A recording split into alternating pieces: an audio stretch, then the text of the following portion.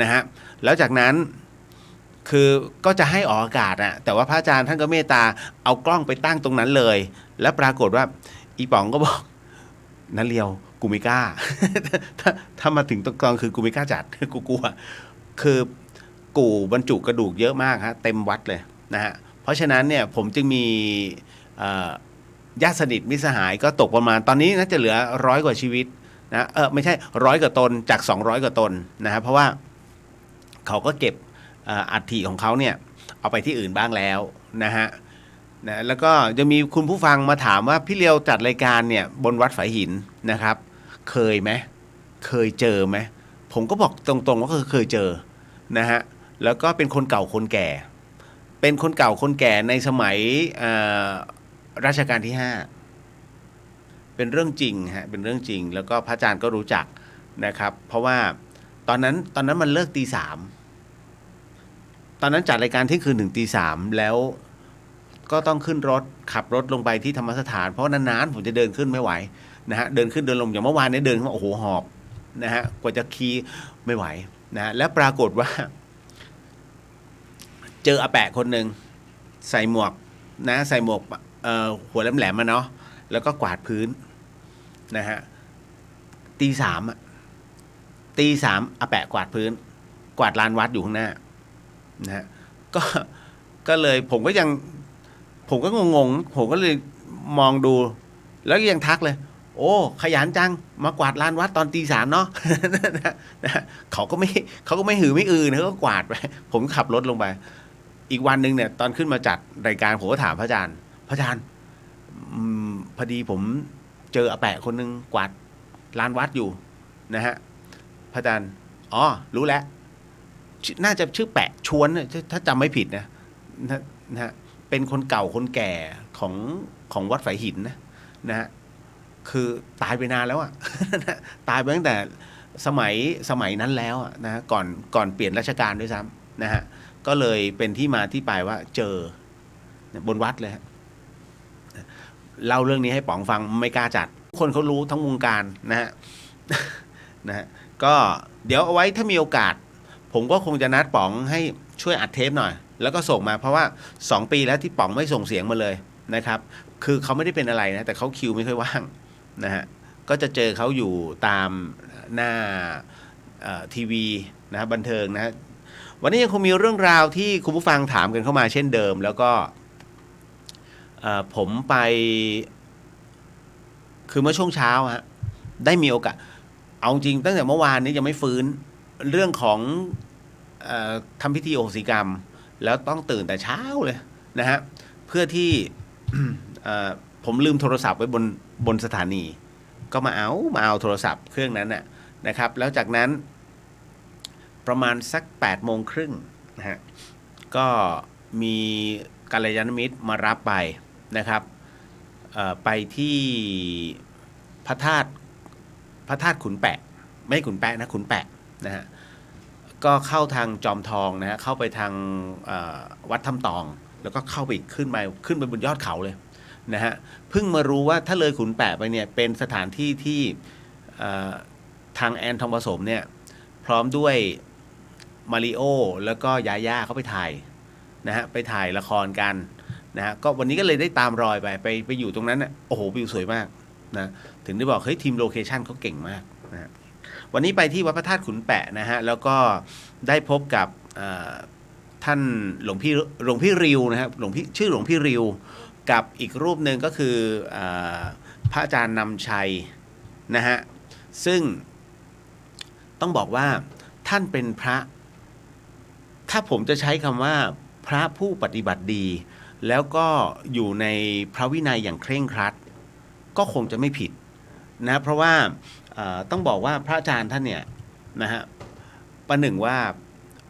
ท่านเป็นเปรียบเสมือนเคร่งในเรื่องพระวินัยอย่างมากฮะอันสืบเนื่องจากว่าท่านกำลังสร้างพระธาตุนะสร้างพระธาตุขุนแปะขึ้นมาเพื่อที่จะให้เหล่ากัลยาณมิตรเนี่ยฮะหรือว่าศรัทธาทั้งหลายที่อยู่ตรงนั้นซึ่งเป็นชุมชนของปากยอนะฮะได้มีโอกาสสักการะผมก็เลย บอกว่างั้นเดี๋ยวผมจะลองทำเรื่องขอพรหมสารีริกธาตุมาบรรจุให้นะฮะพระอาจารย์ท่านก็โอเค และที่สำคัญก็คือว่าณตรงนี้ฮะพระอาจารย์วันชัยชยนันโทเนี่ยท่านอยู่ที่นี่มากว่า15 ปีแล้วท่านก็จัดรายการวิทยุเหมือนกันจัดขึ้นวิทยุสีขาวแล้วก็จัดของวัดฝายหินด้วยวันนี้ก็ไปเจอกันผมก็ตกใจเอ้าพระอาจารย์นะก็เลยเห็นสิ่งที่ท่านทำแล้วนะฮะที่บอกว่าอยู่ในพระวินัยเพราะอะไรนะฮะเพราะว่าคุณผู้ฟังครับศรัทธาเนี่ยฮะใช้คำว่าศรัทธาแล้วกันฮะพวกเจ้าของห้างร้านผมใช้คำว่าเจ้าของเงินนะฮะเวลาเขาเอาเงินมาถวายวัดเนี่ยแล้วเขาต้องการสร้างอะไรเนี่ยเขาก็จะบอกกับเจ้าอาวาสนะฮะแล้วพอสร้างเสร็จปุ๊บนะฮะคุณเชื่อไหมคนอื่นจะไม่มีสิทธิ์ในสิ่งก่อสร้างอันนั้นนะฮะเจ้าของเงินเขาจะสั่งทุกอย่างนี่นู่นนั่นมันเป็นเรื่องจริงนะฮะจะไปลื้อของเขาจะไปต่อเติมเขาไม่ให้ก็ทำไม่ได้ทั้งที่ดินนั้นเป็นที่ดินวัดแล้วก็ตอนจะสร้างตัวเองบริจาคเงินแล้วก็เอาตนเป็นที่ตั้งนะฮะจนลืมว่าเจ้าอาวาสมีอำนาจสิทธิ์ขาดท่านเจ้าอาวาสทุกวัดไปที่รับปัจจัยพวกนี้มาเนี่ยท่านก็กลืนไม่เข้าคายไม่ออกเพราะตอนแรกที่มาเจรจาอยากทำบุญนะฮะก็เจรจามาซะดิบดีเช่นกันฮะพระอาจารย์วันชัยก็มีศรัทธาประเภทนี้มาแล้วก็บอกจะสร้างตรงนั้นตรงนี้แต่พระอาจารย์นะท่านมองแล้วว่าไม่ได้มันเป็นการผิดธรรมเนียมทางนั้นก็ไม่ยอมพระอาจารย์บอกว่าถ้าอย่างนั้นโยมก็เอาเงินของโยมนะกลับไปนะฮะอาตมาไม่ต้องการให้แผ่นดินพระพุทธศาสนานั้นนะฮะสร้างผิดรูปแบบไปจากจารีตประเพณีโอ้โหพระอาจารย์สุดยอดเขาหอบเงินมาเป็นล้านเพื่ออยากจะสร้างในสิ่งที่เขาต้องการนะบนดอยพระอาจารย์ไม่อนุญาตนะฮะผมก็เลยบอกดีแล้วพระอาจารย์เพราะว่ามิใช่ว่าให้ในทุนอยู่เหนือพระสงฆ์พระสงฆ์เนี่ยมีหน้าที่ตรงนี้ซึ่งท่านรู้อยู่แล้วนะพระอาจารย์ท่านก็เลยบอกไปตรงนั้นครับเพราะฉะนั้นณตรงนี้พระธาตุที่ดำเนินการสร้างมาเป็นเวลาเกือบ10 ปีเนี่ยยังไม่แล้วเสร็จเพราะเงินที่ท่านหามาได้หรือว่างานกฐินหรือว่าอะไรก็ตามเนี่ยบางทีท่านก็ได้200,000บ้าง100,000บ้างนะฮะเลย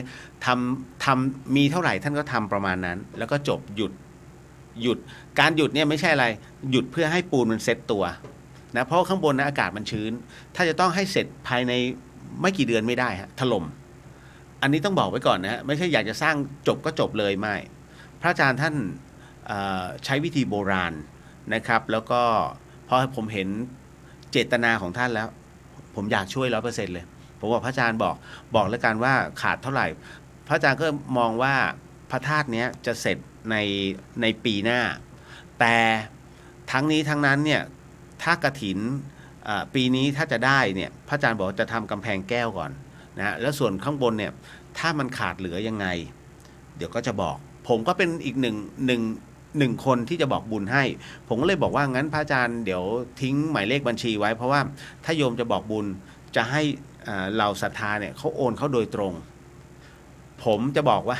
ถ้าทำบุญกับท่านเงินทุกบาททุกสตางค์อยู่กับพระพุทธศาสนาเพราะท่านเป็นอะไรที่เอาตรงนี้มาเป็นที่ตั้ง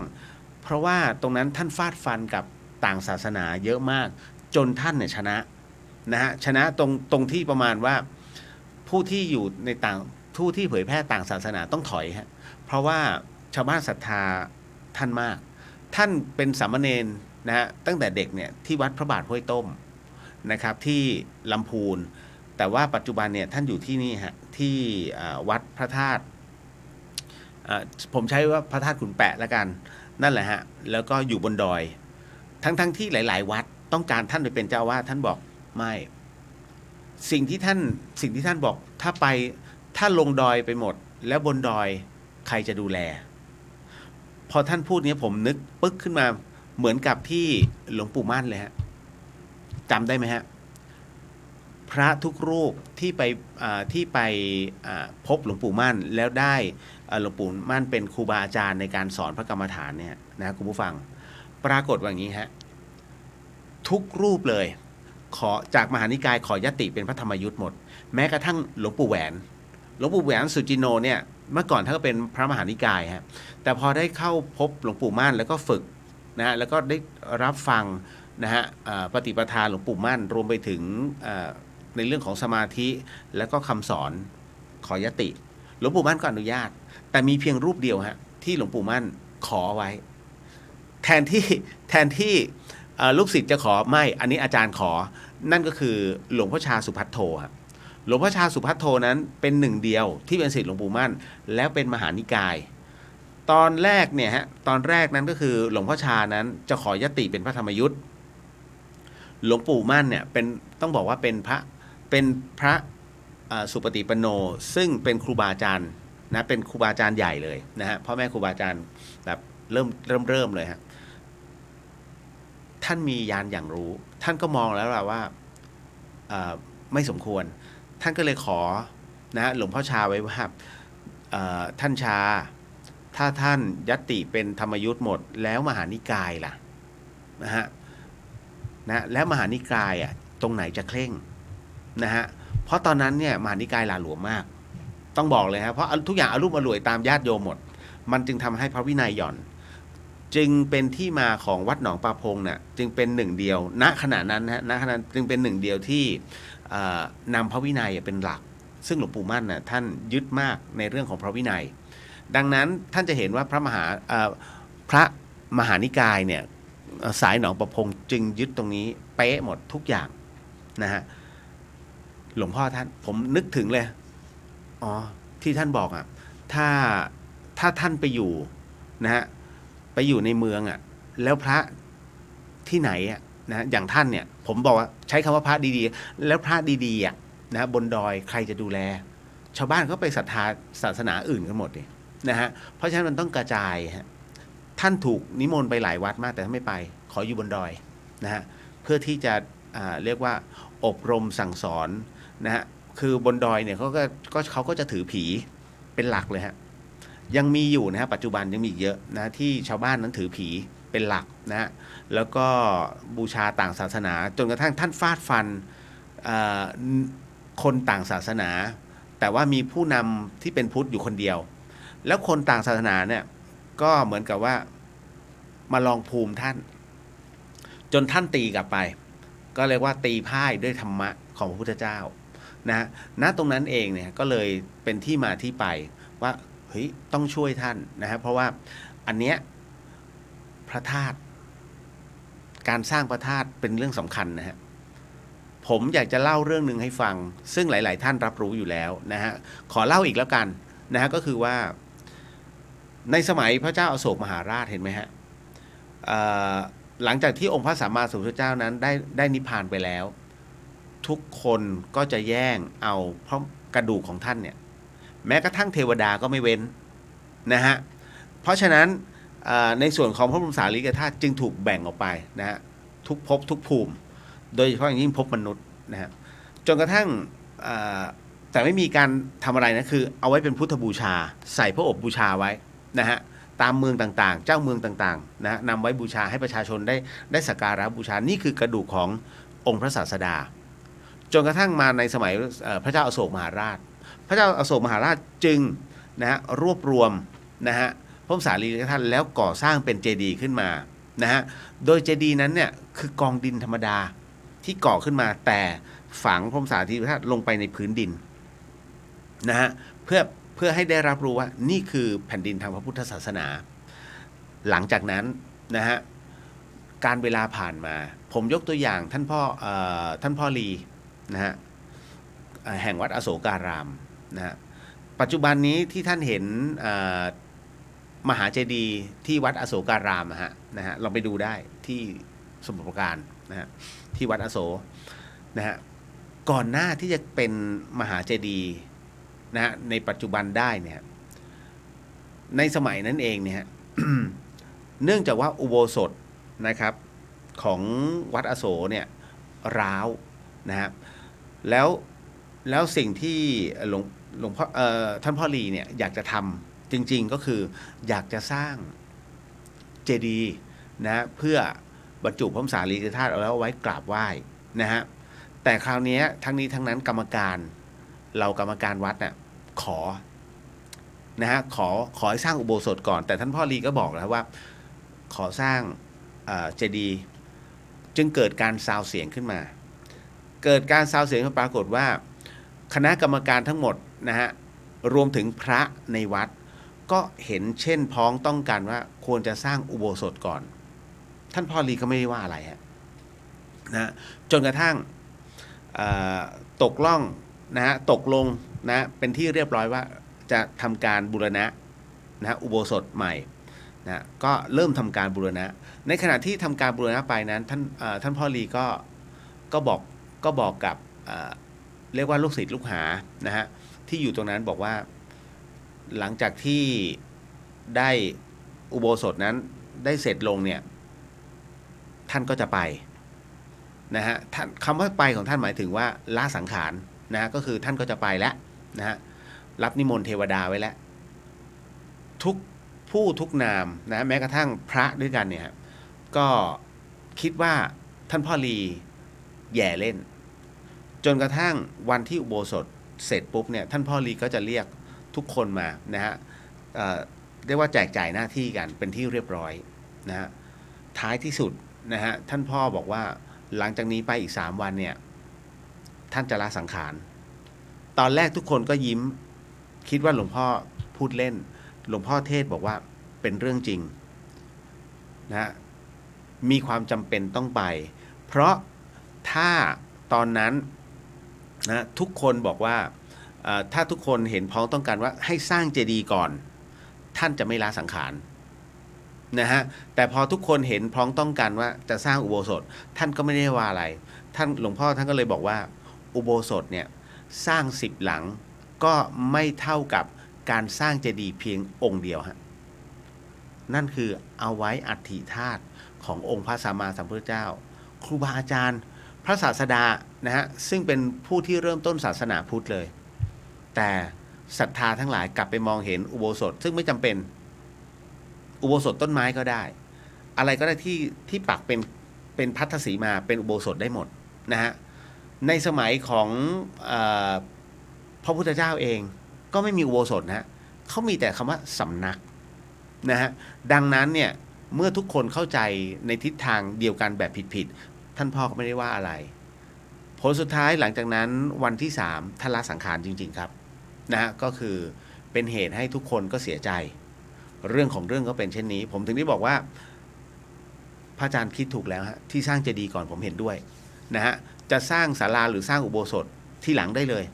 นะฮะท่านก็บอกว่าแต่ว่าท่านต้องสร้างเหมือนกับโรงครัวให้จบก่อนเพราะว่าจะได้คำนวณว่าการสร้างกำแพงแก้วล้อมรอบเจดีย์เนี่ยมันจะเหมือนกับมันจะต้องพอดีกันนะมันจะได้ไม่ไปเบียดกันอันนี้ก็บอกไม่เป็นไรเห็นด้วยฮะที่หลวงพ่อคำนวณตรงนี้ไว้เรียบร้อยก็เลยบอกว่าเดี๋ยวเอาไว้หลังจากที่ท่านสร้างกำแพงแก้วเสร็จปัจจัยนั้นเหลือเท่าไหร่ผมจะบอกบุญอันนี้พูดไว้เลยนะครับผมจะบอกบุญให้นะฮะของวัดขุนแปะนะฮะอันนี้กับพระอาจารย์วันชัย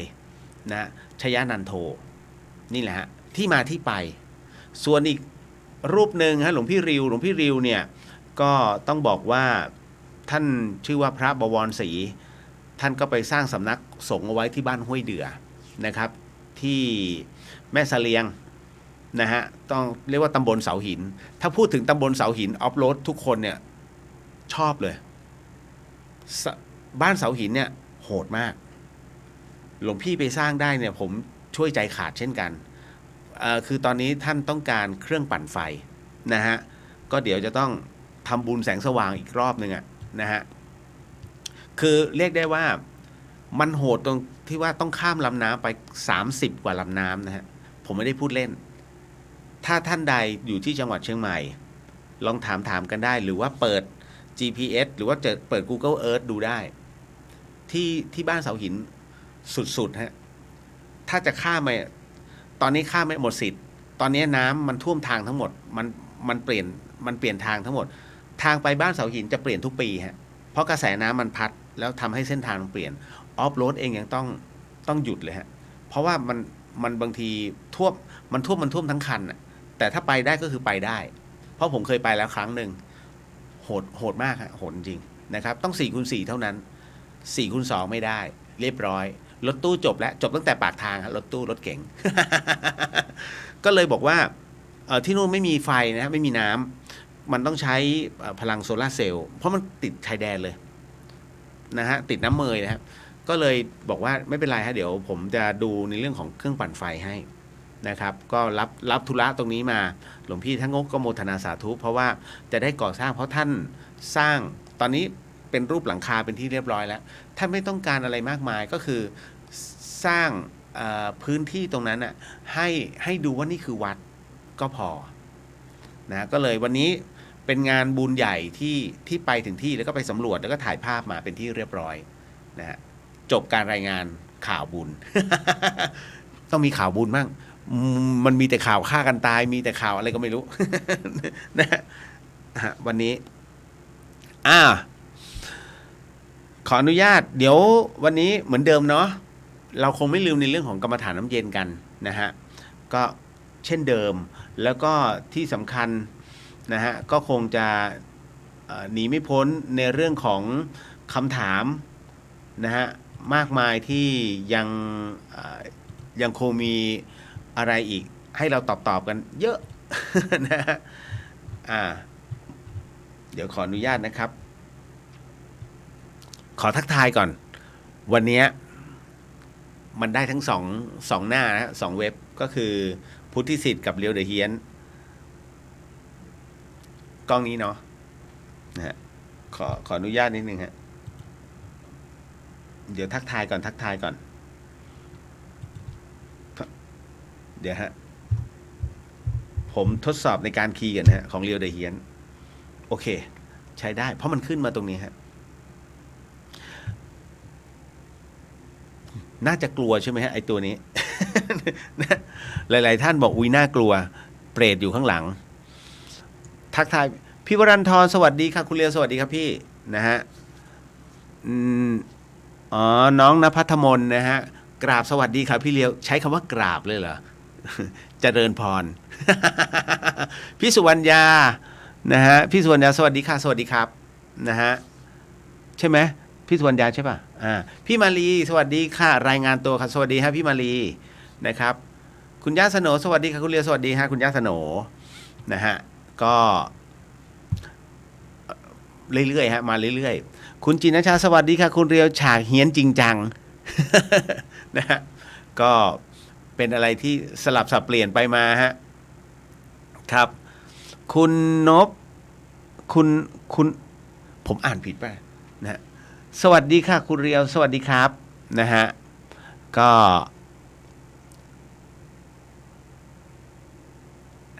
ทักมาเรื่อยๆป้าแก้วสวัสดีค่ะคุณเรียวสวัสดีครับป้าแก้วสวัสดีครับแม่หญิงแพรทองสวัสดีเจ้าพี่เรียวสวัสดีเจ้านะฮะคุณเมธสิทธิ์สวัสดีครับพี่เรียวโมทนาบุญกับพี่เรียวแล้วก็กัลยาณมิตรทุกท่านด้วยครับสาธุสาธุสาธุวันนี้ขึ้นไปด้วยกันเนี่ยเบ็ดเสร็จ5 คน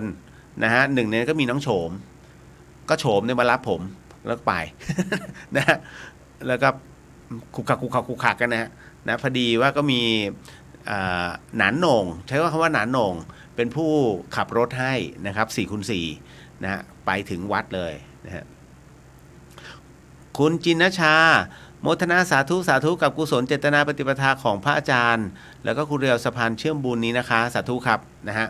ยังไม่บอกบุญหลายๆท่านพยายามจะให้ผมบอกบุญยังไม่บอกบุญฮะเพราะคือคุณผู้ฟังเดี๋ยวจะไม่ทราบเจตนาผมนะคุณผู้ฟังที่ฟังทาง FM 104.50 เมกะเฮิรตซ์ที่เพิ่งเข้ามาใหม่เนี่ยอันนี้คือรายการเดอะเฮียนฮะมันกึ่งผีกึ่งธรรมะนะฮะโดยปกติแล้วเนี่ยทุกรายการเขาจะบอกบุญแต่เดอะเฮียนไม่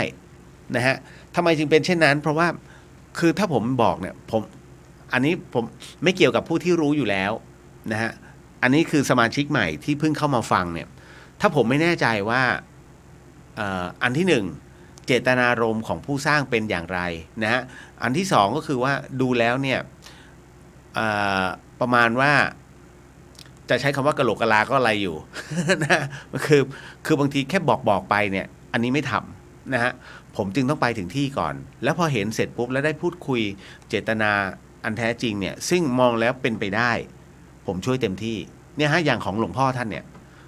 ท่านสุดยอดมากคืออันไหนดีผมจะพูดว่าดีนะอันไหนที่ดูแล้วไม่เวิร์กผมก็จะนิ่งๆก็จะไม่บอกต่อดังนั้นเนี่ยผมก็เลยบอกว่าเดี๋ยวเอาไว้ถ้าพร้อมผมก็จะบอกบุญนะฮะจะไม่บอกพร่ำเพรื่อนะเพราะว่าบุญเนี่ย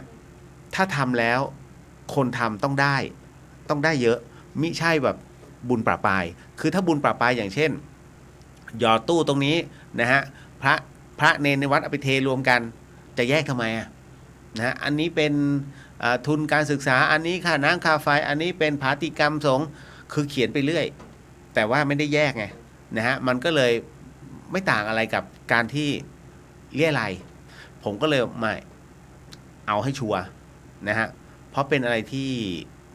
เราต้องได้ข้อเท็จจริงก่อนนั่นแหละฮะนะแล้วเวลาผมเปิดหน้าบุญเนี่ยในเว็บเขาจะรู้มันจะมีช่วงเวลาแล้วเป็นช่วงเวลาจริงๆนะผมปิดเลยนะฮะไม่อะไรทั้งนั้นคือมีส่งกลับก็มีนะแต่ที่ก็บอกว่าคุณเรียวอยากทำอะไรทำได้เลยพี่ให้นะพี่ขอบุญด้วยโอเคถ้าอย่างนั้นก็คือเป็นการบอกเจตนาแหละฮะว่าจะต้องทำอะไรผมก็จะจัดการจัดสรรนะฮะไม่ว่าจะเป็น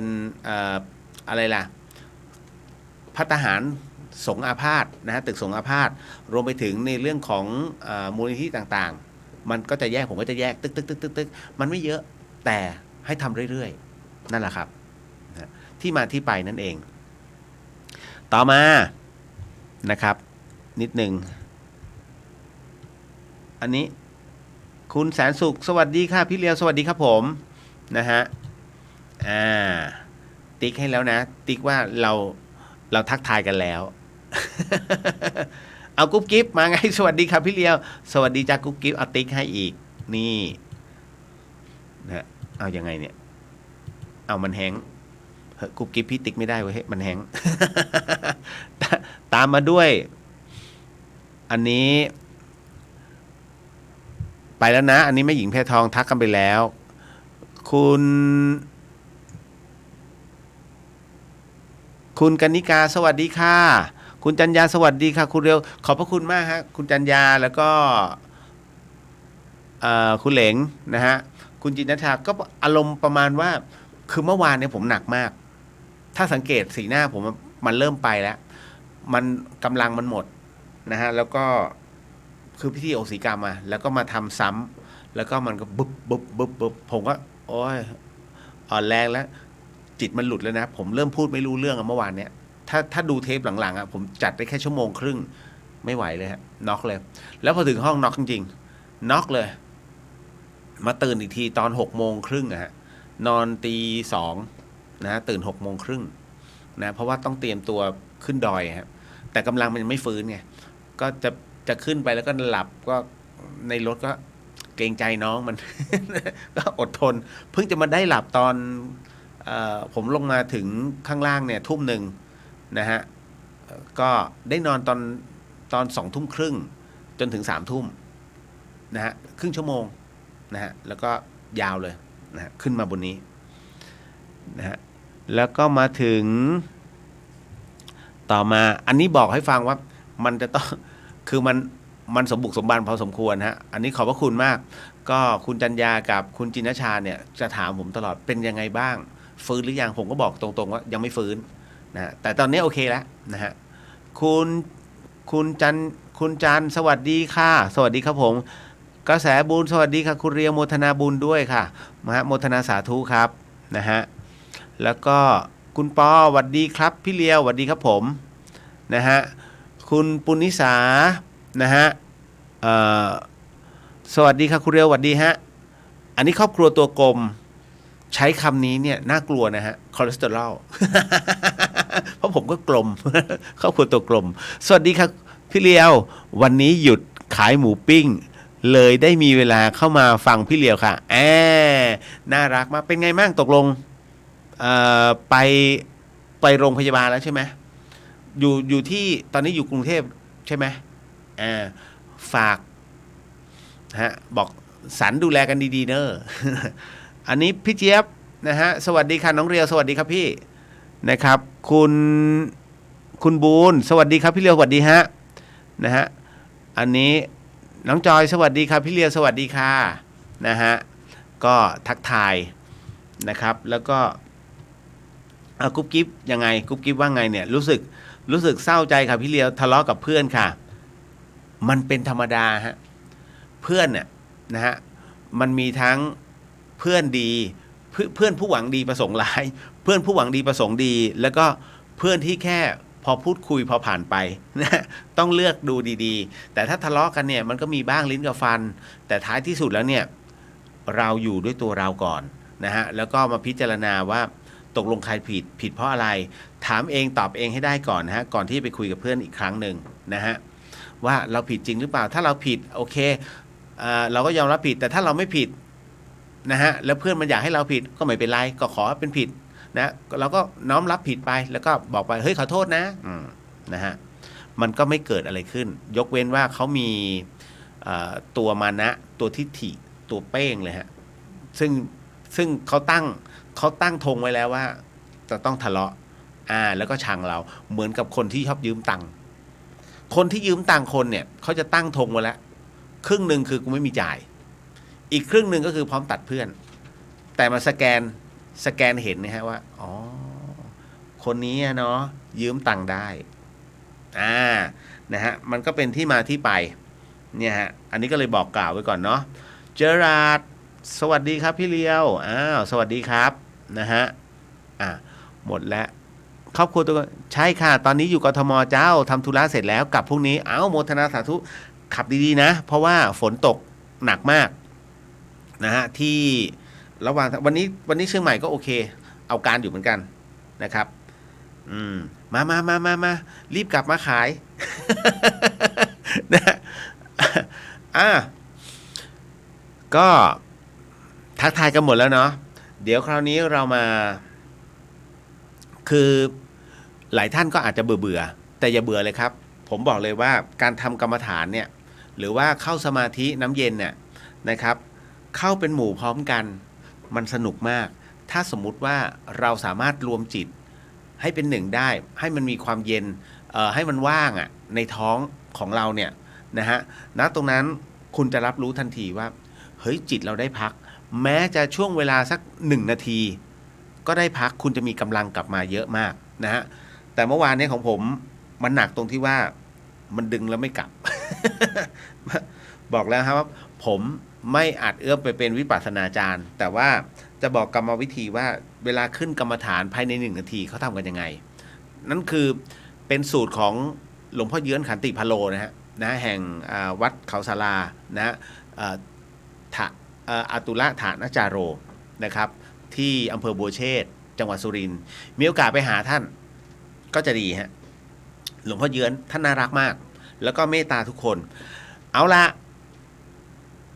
วิธีการนะครับเดี๋ยวหลังจากที่เราสมทานศีลมันต้องสมทานศีลนะฮะ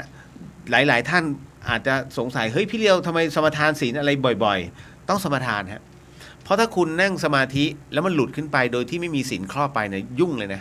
นะฮะคือศีลเป็นตัวฉุดเอาไว้แล้วก็ศีลนั้นเป็นข้อกำหนดของเราอยู่แล้วว่าตลอดทั้งวันเนี่ยเราไปทำผิดอะไรมาบ้างนะฮะถ้าเราสมมุติว่าเราไปฆ่ามดตายนะฮะ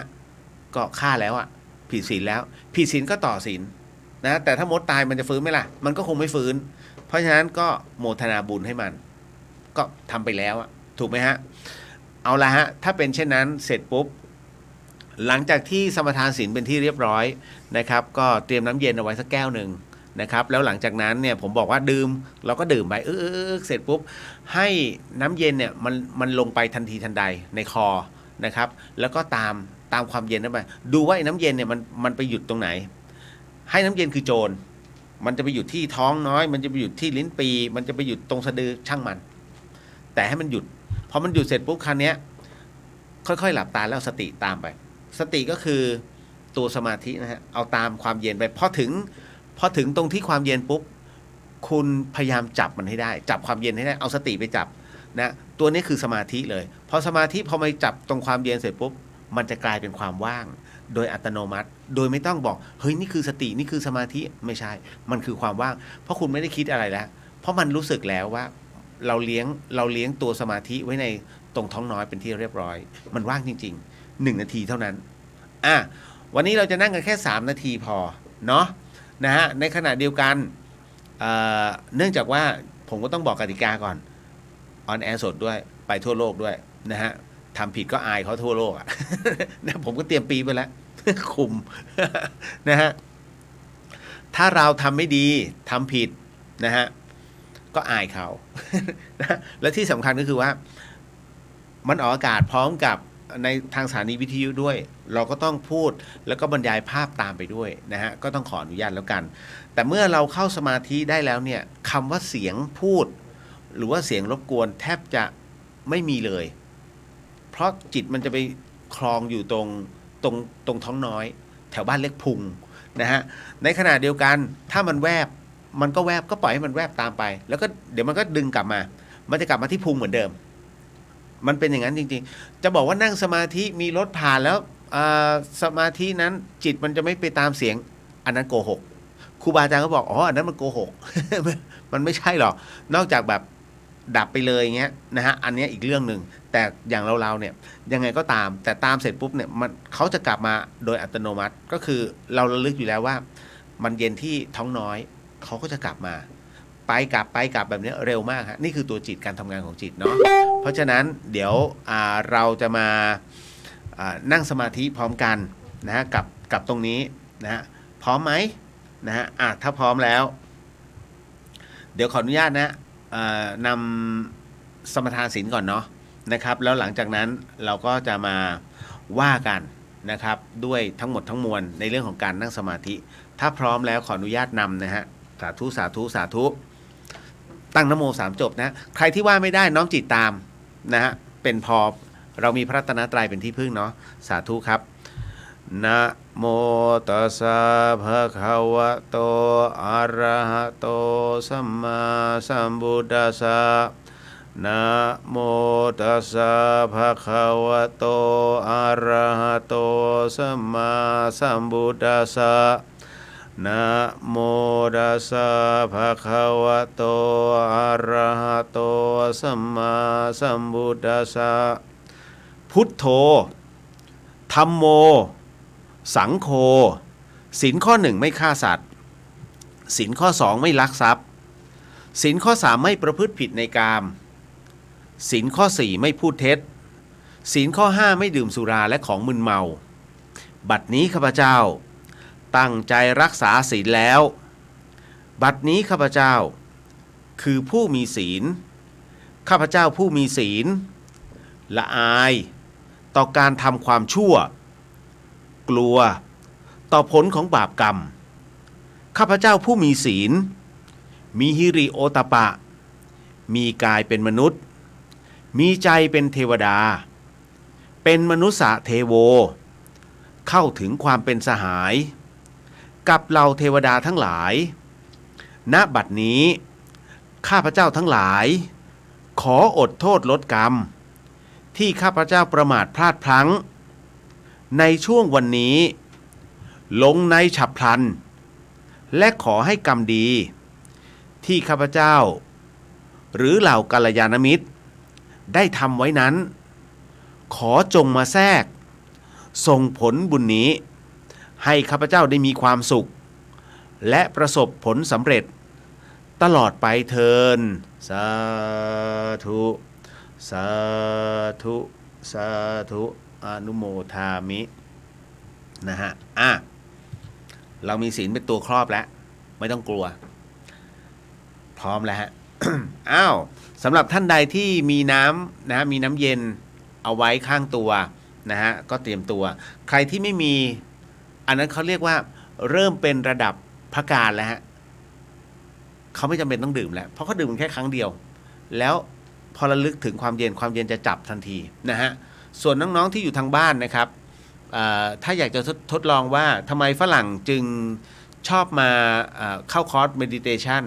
นะครับหรือว่าคอร์สสมาธิเนี่ยทำไมคือเขาต้องเสียเงินขนาดนั้นนะฮะทั้งที่ศาสนาเขาก็น่าจะทำได้แต่เขามาเรียนกับศาสนาพุทธเนี่ยเพราะอะไรนะฮะลองดู นะพี่เราจะสอนในส่วนของการที่เข้าสมาธิหรือว่าเข้ากรรมฐานภายใน1 นาทีนะฮะให้น้องได้ลองกันดูนะฮะขอให้มีแก้วน้ำเย็นอยู่ข้างๆตอนนี้นะฮะถ้ามีแล้วนะฮะเตรียมตัวนะครับตอนนี้เป็นเวลา 23:43 นาทีเอาละฮะดื่มน้ำเย็นครับนะดื่มเลยลุกขึ้นยืนดื่มก็ได้หรือว่าจะนั่งคุกเข่ายืดตัวตรงแล้วก็ดื่มเลยดื่มทีเดียวให้หมดนะฮะดื่มเลยนะฮะเมื่อดื่มไปแล้วนะครับให้เวลาดื่มเสร็จปุ๊บวางแก้วลงนะฮะแล้วก็ลองนั่งที่คิดว่าตัวเองอยู่ในส่วนที่สบายแล้วก็สังเกตอาการได้ดีที่สุดนะฮะผ่อนคลายเปิดใจนะฮะอะไรที่เราเคยฝึกมาแล้วนิ่งไว้แป๊บหนึ่งกักเขาไว้ก่อนแป๊บหนึ่งเอาละฮะคราวนี้ลองดูซิว่าความรู้สึกเนี่ยความเย็นมันลงไปตรงไหนถึงตรงไหนนะฮะถึงลิ้นปี่ไหมถึงสะดือหรือยังแล้วก็ลงไปที่ท้องน้อยไหมมันจะลงเป็นเส้นตรงนะฮะทั้งที่ลำไส้ของเราคดไปคดมาคดไปคดมาแต่ความเย็นมันลงเป็นเส้นตรงอันแปลกอย่างที่1ฮะอย่างที่2เสร็จปุ๊บนะฮะคราวนี้นะตอนนี้เป็นเวลา 23:44 นาทีนะฮะ3 นาทีต่อจากนี้เป็นการเข้าสมาธินะครับแล้วก็เข้าสู่กรรมฐานน้ำเย็นให้น้องๆและคุณผู้ฟังหลับตาครับหลับตาเสร็จปุ๊บเอาจิตนั้นนะฮะตามความเย็นลงไปนะฮะความเย็นตอนนี้ของเราเปรียบเสมือนโจรเพิ่งจะปล้นทองมาเราก็เอาจิตของเรากำหนดไปนะฮะให้เป็นตำรวจนะฮะความรู้สึกในการหลับตาเนี่ยฮะลงไปเลยทันทีมันจะเร็วมากนะไปจับที่ความเย็นฮะเอาตำรวจไปจับเลยฮะไปจับโจรปล้นทองแล้วก็ขังมันอยู่ตรงนั้นเลยฮะเราก็ขังพร้อมกับตัวเรานะก็คือตัวจิตขังมันนะอยู่ณตรงนั้นนะฮะเลี้ยงเขาไม่ให้ออก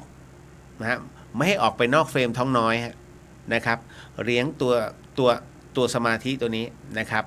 ตัวกรรมฐานตัวนี้ตัวความเย็นตัวนี้ไม่ให้ออกไปนะฮะท่านจะมีความรู้สึกว่ามันยังเย็นอยู่และมันก็ยังเย็นต่อเนื่องนะฮะจะคิดอะไรจะทำอะไรนะฮะความเย็นยังคงอยู่เหมือนเดิมนะฮะเพราะฉะนั้นเนี่ยมันจะไม่ออกไปไหนเมื่อจิตมันเข้าไปแล้วมันถูกขังแล้วมันจะออกยากมากเพราะอะไรแม้จะมีเรือวิ่งผ่านมีแมลงหวีนะมีเสียงดนตรีเข้ามาจิตของเราเนี่ยที่มันถูกขังอยู่มันจะหนีไปแป๊บหนึ่งแล้วมันก็จะกลับมาที่ความเย็นเพราะมันถูกขังฮะเมื่อมันมีการจองจำเกิดขึ้นมันจะจองจำแบบนี้ตลอดและมันก็จะอยู่ในที่ท้องน้อยตลอดเวลาความเย็นคือความว่างฮะนะฮะเพราะฉะนั้นในเรื่องของธาตุนะครับไม่ว่าจะดินน้ำไฟลมนะครับมันจะถูกแยกทั้งหมดเรารู้สึกร้อนแต่ในเมื่อท้องน้อยเราเย็นมันจะเย็นนะฮะเรารู้สึกว่าลมที่พัดผ่านมาเนี่ยทำให้เรารู้สึกว่าอ่อนไหวหวั่นไหวแต่เรามีกรรมฐานตัวนี้ที่ท้องน้อยเราก็จะอยู่รู้สึกว่ามันนิ่งแล้วมันเย็นเพราะมันว่างมันคือความว่างนะต่อให้มีไฟมานะฮะมากน้อยแค่ไหนนะหรือว่ามีเรื่องราวอะไรมากระทบนะฮะยุงจะกัดก็คือเหมือนธาตุดินมันจะถูกแยกเราคันเราก็สามารถเกาได้แต่คันเกาเสร็จปุ๊บจิตมันจะดึงกลับมาที่ท้องน้อยเหมือนเดิมนะฮะเพราะฉะนั้นมันจะถูกแยกทันทีฮะนะครับหลวงพ่อเยือนท่านจะบอกเสมอนะครับว่ามันจะแยกจากกันไม่ว่าจะเป็นธาตุหรือว่าขันธ์นะฮะกายเวทนาสัญญาสังขารและวิญญาณจะถูกแยกออกมาหมดเลยมันจะไม่เกี่ยวกันนะฮะเอาละครับตอนนี้อีก1 นาทีสุดท้ายใครที่สามารถเลี้ยงได้ภายใน3 นาทีนะฮะถือว่าเป็นผู้ที่สุดยอดมากนะฮะเลี้ยงจิตให้อยู่ณตรงนั้นนะครับตอนนี้คุณผู้ฟังกำลังฟัง FM 104.50 เมกะเฮิรตซ์อยู่นะฮะทั้งจังหวัดเชียงใหม่แล้วก็จังหวัดใกล้เคียงรวมถึงทั่วประเทศนะกับสถานีคลื่นสีขาวที่ถ่ายทอดออกไปเนี่ยฮะนะกำลังผมกำลังชวนทุกท่านเนี่ยฮะทำกรรมฐานน้ำเย็นซึ่งสามารถเข้าได้ภายใน1 นาทีจริงๆกับความว่างที่มันเกิดขึ้นนะฮะเอาละฮะหมดเวลาแล้วค่อยๆถอนสมาธิโดยการค่อยๆลืมตาอย่าลืมพูดพลาดนะค่อยๆลืมตานะฮะตอนนี้ต่อให้ท่านคิดอะไรก็ตามนะฮะอยากจะทำอะไรก็ตาม ให้ท่านระลึกถึงไอ้ความเย็นเมื่อกี้ที่ท้องน้อยมันจะกลับไปทันทีฮะมันก็จะกลับไปเย็นบางท่านเย็นจนหนาวนะฮะเพราะฉะนั้นณตรงนี้ถึงได้บอกว่าท่านกำลังสัมผัสความว่างจริงๆนะฮะกุ๊บกิ๊บจะเศร้าอะไรก็แล้วแต่เมื่อเราฝึกตรงนี้แล้วเนี่ยเราอยู่กับตัวเรานะฮะเพราะฉะนั้นเศร้าส่วนเศร้าแต่ดึงจิตกลับมาเนี่ยมันแป๊บเดียวนะฮะเราก็จะรู้สึกได้นะครับนี่ก็คือเป็นอะไรที่นะฮะเบื้องต้นถ้าเราทำเรื่อยๆนี่แค่3 นาทีท่านยังทำได้เลยนับภาษาอะไรถ้าเพิ่มไปเป็น5 นาทีจะทำไม่ได้เลยเหรอนะฮะศัพท์เดิมเลยฮะช้างกระดิกหูงูแลบลิ้นได้บุญมหาศาลนี่ฮะอานิสงส์แห่งความว่างนี่เองเนี่ยท่านก็จะได้บุญต่อจาก5 นาทีเป็น10 นาทีบางท่านเนี่ยนะครับนั่งไปประมาณ2 ชั่วโมงลืมตามาแล้วก็ส่งข้อความผมนั่ง2 ชั่วโมงแต่ผมมีความรู้สึกว่าเพิ่งผ่านไปได้สัก 2-3 นาทีจริงครับเพราะว่าจิตเนี่ยพอมันเข้าไปสู่ความว่างแล้วมันเข้าไปอยู่ในสภาวะที่การเวลามันยืดออกมันนานแต่ดูเหมือนไม่นานเรานั่งเป็นชั่วโมงแต่ดูเหมือนเฮ้ยแป๊บเดียวเองเหรอใช่ฮะเพราะว่าเราสนุกกับการนั่งตรงนี้หรือว่าเรามีความสุขแต่เราไม่ติดสุขนะเพราะมันคือความว่างไปติดสุขไม่ได้นะฮะแค่นั้นเองแต่พอรู้สึกเพราะว่าถอนขึ้นมาเนี่ยไม่รู้จะคุยกับใครนะฮะมันต้องคุยกับหมู่เรากันเองเพราะว่าคุณรู้สึกแบบนั้นแล้วทุกคนก็รู้สึกตามนะฮะอย่าไปคุยในเรื่องสมาธิกับคนที่ไม่รู้เรื่องนะฮะเดี๋ยวท่านจะขึ้นไม่ได้ อันนี้เป็นข้อห้ามต้องชักชวนให้เขาทดลองปฏิบัติแล้วถ้าเขาทดลองปฏิบัติแล้วเขาไม่รู้เรื่องจริงอันนี้คุยได้เพราะถือว่าเขาปฏิบัติแล้วนะฮะ อย่าไปงูปลาเนอนะฮะเดี๋ยวมันจะเสื่อมนะครับคุณจินชมทาสาธุกับคุณเรียวในวิทยาทานกรรมฐานน้ำเย็นนะคะทำได้แล้วนี่คุณเหลงแรกๆก็ติดนะฮะแล้วก็เสร็จปุ๊บนะฮะคุณเหลงก็ได้เคล็ดลับมาตัวนี้ก็มาแลกเปลี่ยนกันผมใช้คำว่าแลกเปลี่ยนนะฮะผมไม่ใช่อาจารย์ผมไม่ใช่ครูบาอาจารย์ที่จะสอนกรรมฐานนะฮะแต่ใช้คำว่าเป็นกัลยาณมิตรคนหนึ่งซึ่งเราทดลองแล้วมาพูดกันใครได้ผลยังไงหรือว่ามีวิธีการที่รัดมากกว่านี้ก็เอามาแลกเปลี่ยนกันก็ทดสอบได้นะฮะแต่ทำไมจึงไม่กลัวในเรื่องของการที่จะทำให้สติวิปลาสเคยได้ยินไหมฮะนั่งกรรมฐานจนสติวิปลาสนะนั่งสมาธินี่แหละมีเยอะเพราะอันนี้คือเราไม่เอาจิตไปจับข้างนอกไม่เอาจิตไปจับในลมหายใจไม่ได้เอาจิตไปจับในเรื่องของอะไรล่ะลมที่มันตีขึ้นหัวถ้าเล่นลมเนี่ยมันจะมี6 จุดนะฮะอันนี้นะครับแต่ว่าการนั่งสมาธินะฮะถ้าจะกำหนดลมเนี่ยมันมี6 จุดต้องรู้นะว่าจุดแต่ละจุดเนี่ยมันอยู่ตรงไหนนะฮะแต่คราวนี้ไอ้ตัวความว่างเนี่ยเราไม่ได้เน้นจุดเราเน้นแค่ความเย็นมันก็เลยว่างไม่รู้จะไปเน้นอะไรแล้วเพราะทุกอย่างมันว่างความว่างจึงไม่ทำให้วิปลาสนะฮะแล้วจากนั้นเนี่ยเรามีศีลเป็นตัวครอบพอมีศีลเป็นตัวครอบแล้วเนี่ยเราระลึกครูบาอาจารย์อยู่แล้วเพราะว่าข้อศีลคือข้อที่เรานั้นนะฮะมันเหมือนกับทำให้เรามีทั้งกำลังโดยสมบูรณ์บริบูรณ์ทั้งหมดทั้งมวลจึงทำอะไรให้เราเนี่ยมีกำลังมากขึ้นนะฮะเพราะฉะนั้นก็เหมือนกับว่าเราระลึกกับครูบาอาจารย์ด้วยเช่นกันนะครับพอเราตั้งนะโมก็จบแล้วไงนะฮะเพราะฉะนั้นถือว่าปลอดภัยที่สุดนะครับทดลองได้ทดลองได้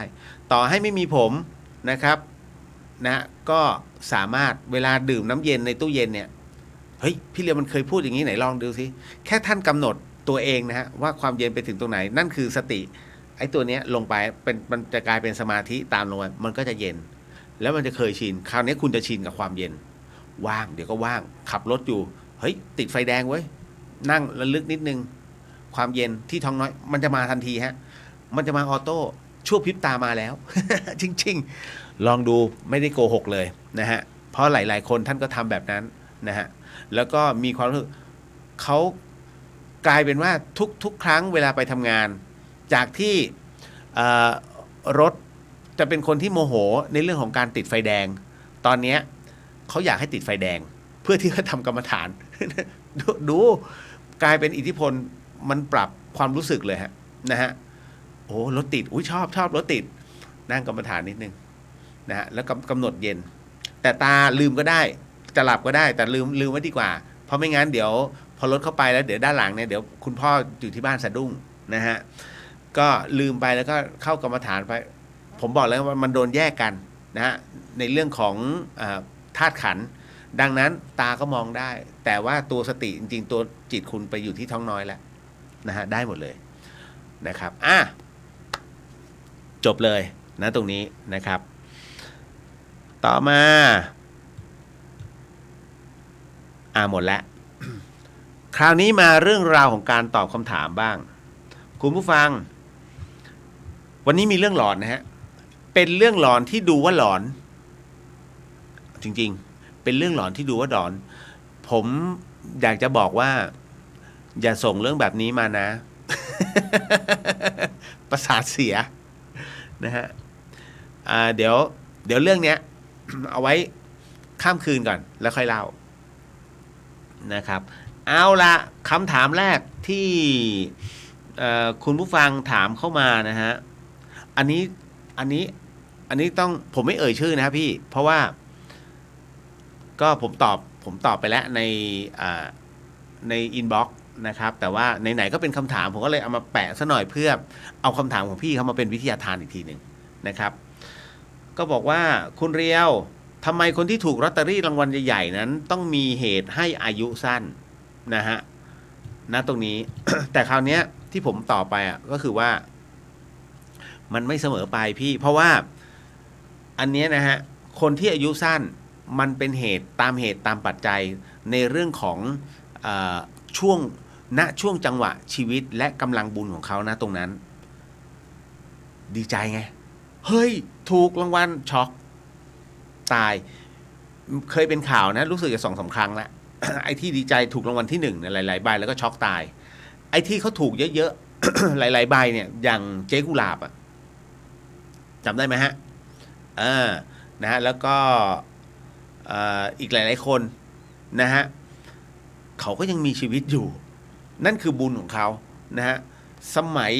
อะไรล่ะผมจำได้มีคนหนึ่งแถวตลาดสุทธิสารตั้งแต่อดีตนายกทักษิณเนี่ยถ้าจำไม่ผิดนะฮะจำได้ไหมที่ถูกรางวัลเป็น100 ล้านเนี่ยมันเป็นช่วงหนึ่งซึ่งตอนนั้นลอตเตอรี่พีคมากแล้วรัฐบาลสั่งจ่ายเป็นงวดหนึ่งงวดละ10 ล้านมั้งนะฮะคือเบ็ดเสร็จเท่าไหร่ได้400 ล้านนะถ้าจำไม่ผิดมันมีครั้งเดียวในประเทศไทยที่เป็นประวัติศาสตร์เนี่ยแล้วถูกหวยขนาดเขายังอยู่นะผมก็ไม่แน่ใจว่าปัจจุบันนี้น่ากองสลากน่าจะให้เงินหมดแล้วมั้งนะฮะนั่นนะฮะเขาก็ยังมีชีวิตเป็นเขาเรียกเป็นหน้ากองเขาเรียกอะไรล่ะเมื่อบุญมันถึงพร้อมยังไงก็ถูกไม่ต้องไปนั่งขันน้ำมนต์ไม่ต้องไปในเรื่องของไปหาพ่อปู่ที่ไหนอันนี้เลยฮะมาพร้อมกับบุญล้วนๆบางคนก็บอกว่าการถูกหวยนั้นเป็นการนำเอาเขาเรียกชักบุญในอนาคตมาใช้เหรอไม่ใช่มันเป็นจังหวะบุญณตรงนั้นเลยที่ท่านเคยทำมาไม่รู้ว่าในอดีตชาติเป็นแบบไหนแต่ณวันนั้นนะของอดีตชาติกับวันนี้บุญนั้นมันมาส่งถึงวันนี้แล้วท่านจึงถูกไงนะฮะก็เป็นอีกหนึ่งอันที่ผมบอกไปแล้วฮะว่ามันไม่เสมอไปนะครับเรื่องราวตรงนี้มันเป็นไปตามหน้าบุญของแต่ละคนนะครับบางคนสำล้อถูกหวยจำได้ไหมหลายน้องๆหลายๆคนในสมัยเนี้ยไม่เข้าใจคำนี้ว่าสำล้อถูกหวยเป็นยังไงเรื่องราวตรงนี้เกิดขึ้นที่จังหวัดนนทบุรีซึ่งเป็นจังหวัดที่เมื่อก่อนเนี่ยพี่เลียวอยู่นะฮะ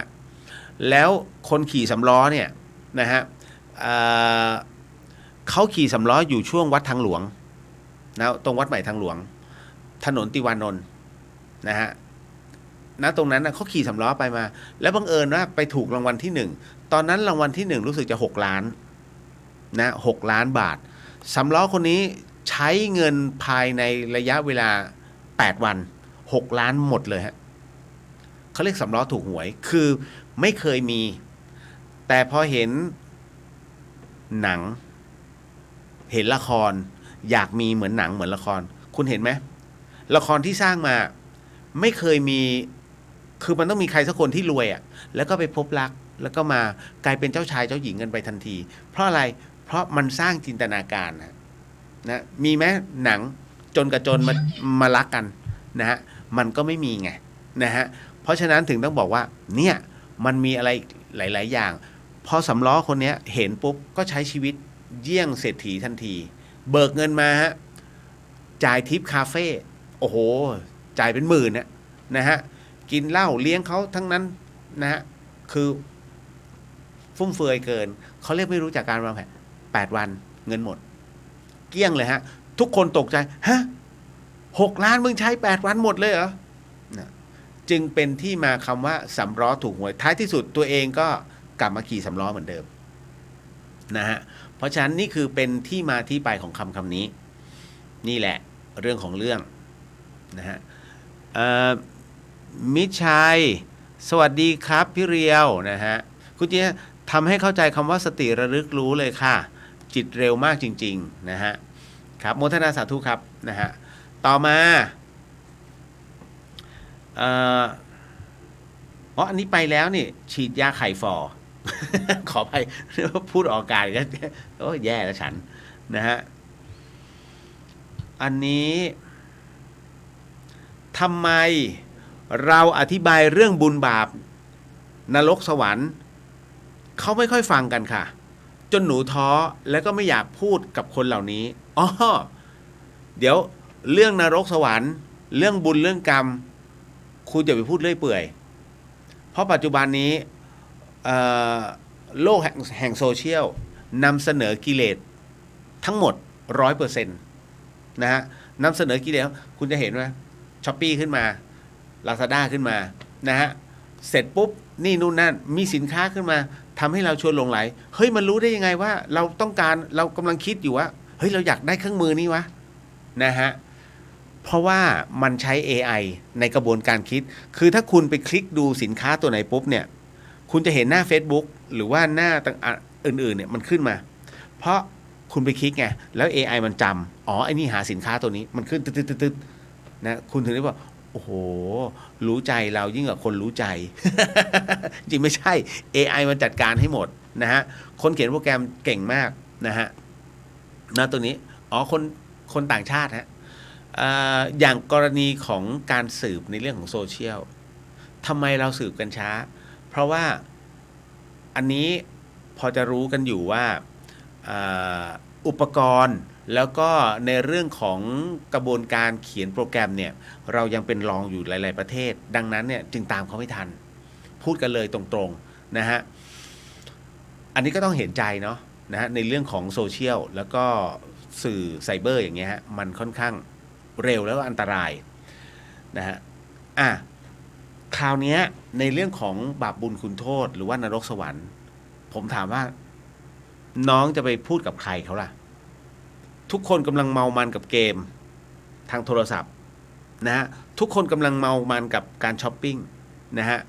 โดยไม่นึกหรอกว่านั่นเงินพ่อแม่เฮ้ยสงสารพ่อแม่บ้างดิโอ้กว่าจะส่งเงินมาให้เองนะฮะไม่นะเฮ้ยมันบาปนะเว้ยบาปเป็นไงจับต้องไม่ได้บุญเป็นไงนะฮะไม่รู้เห็น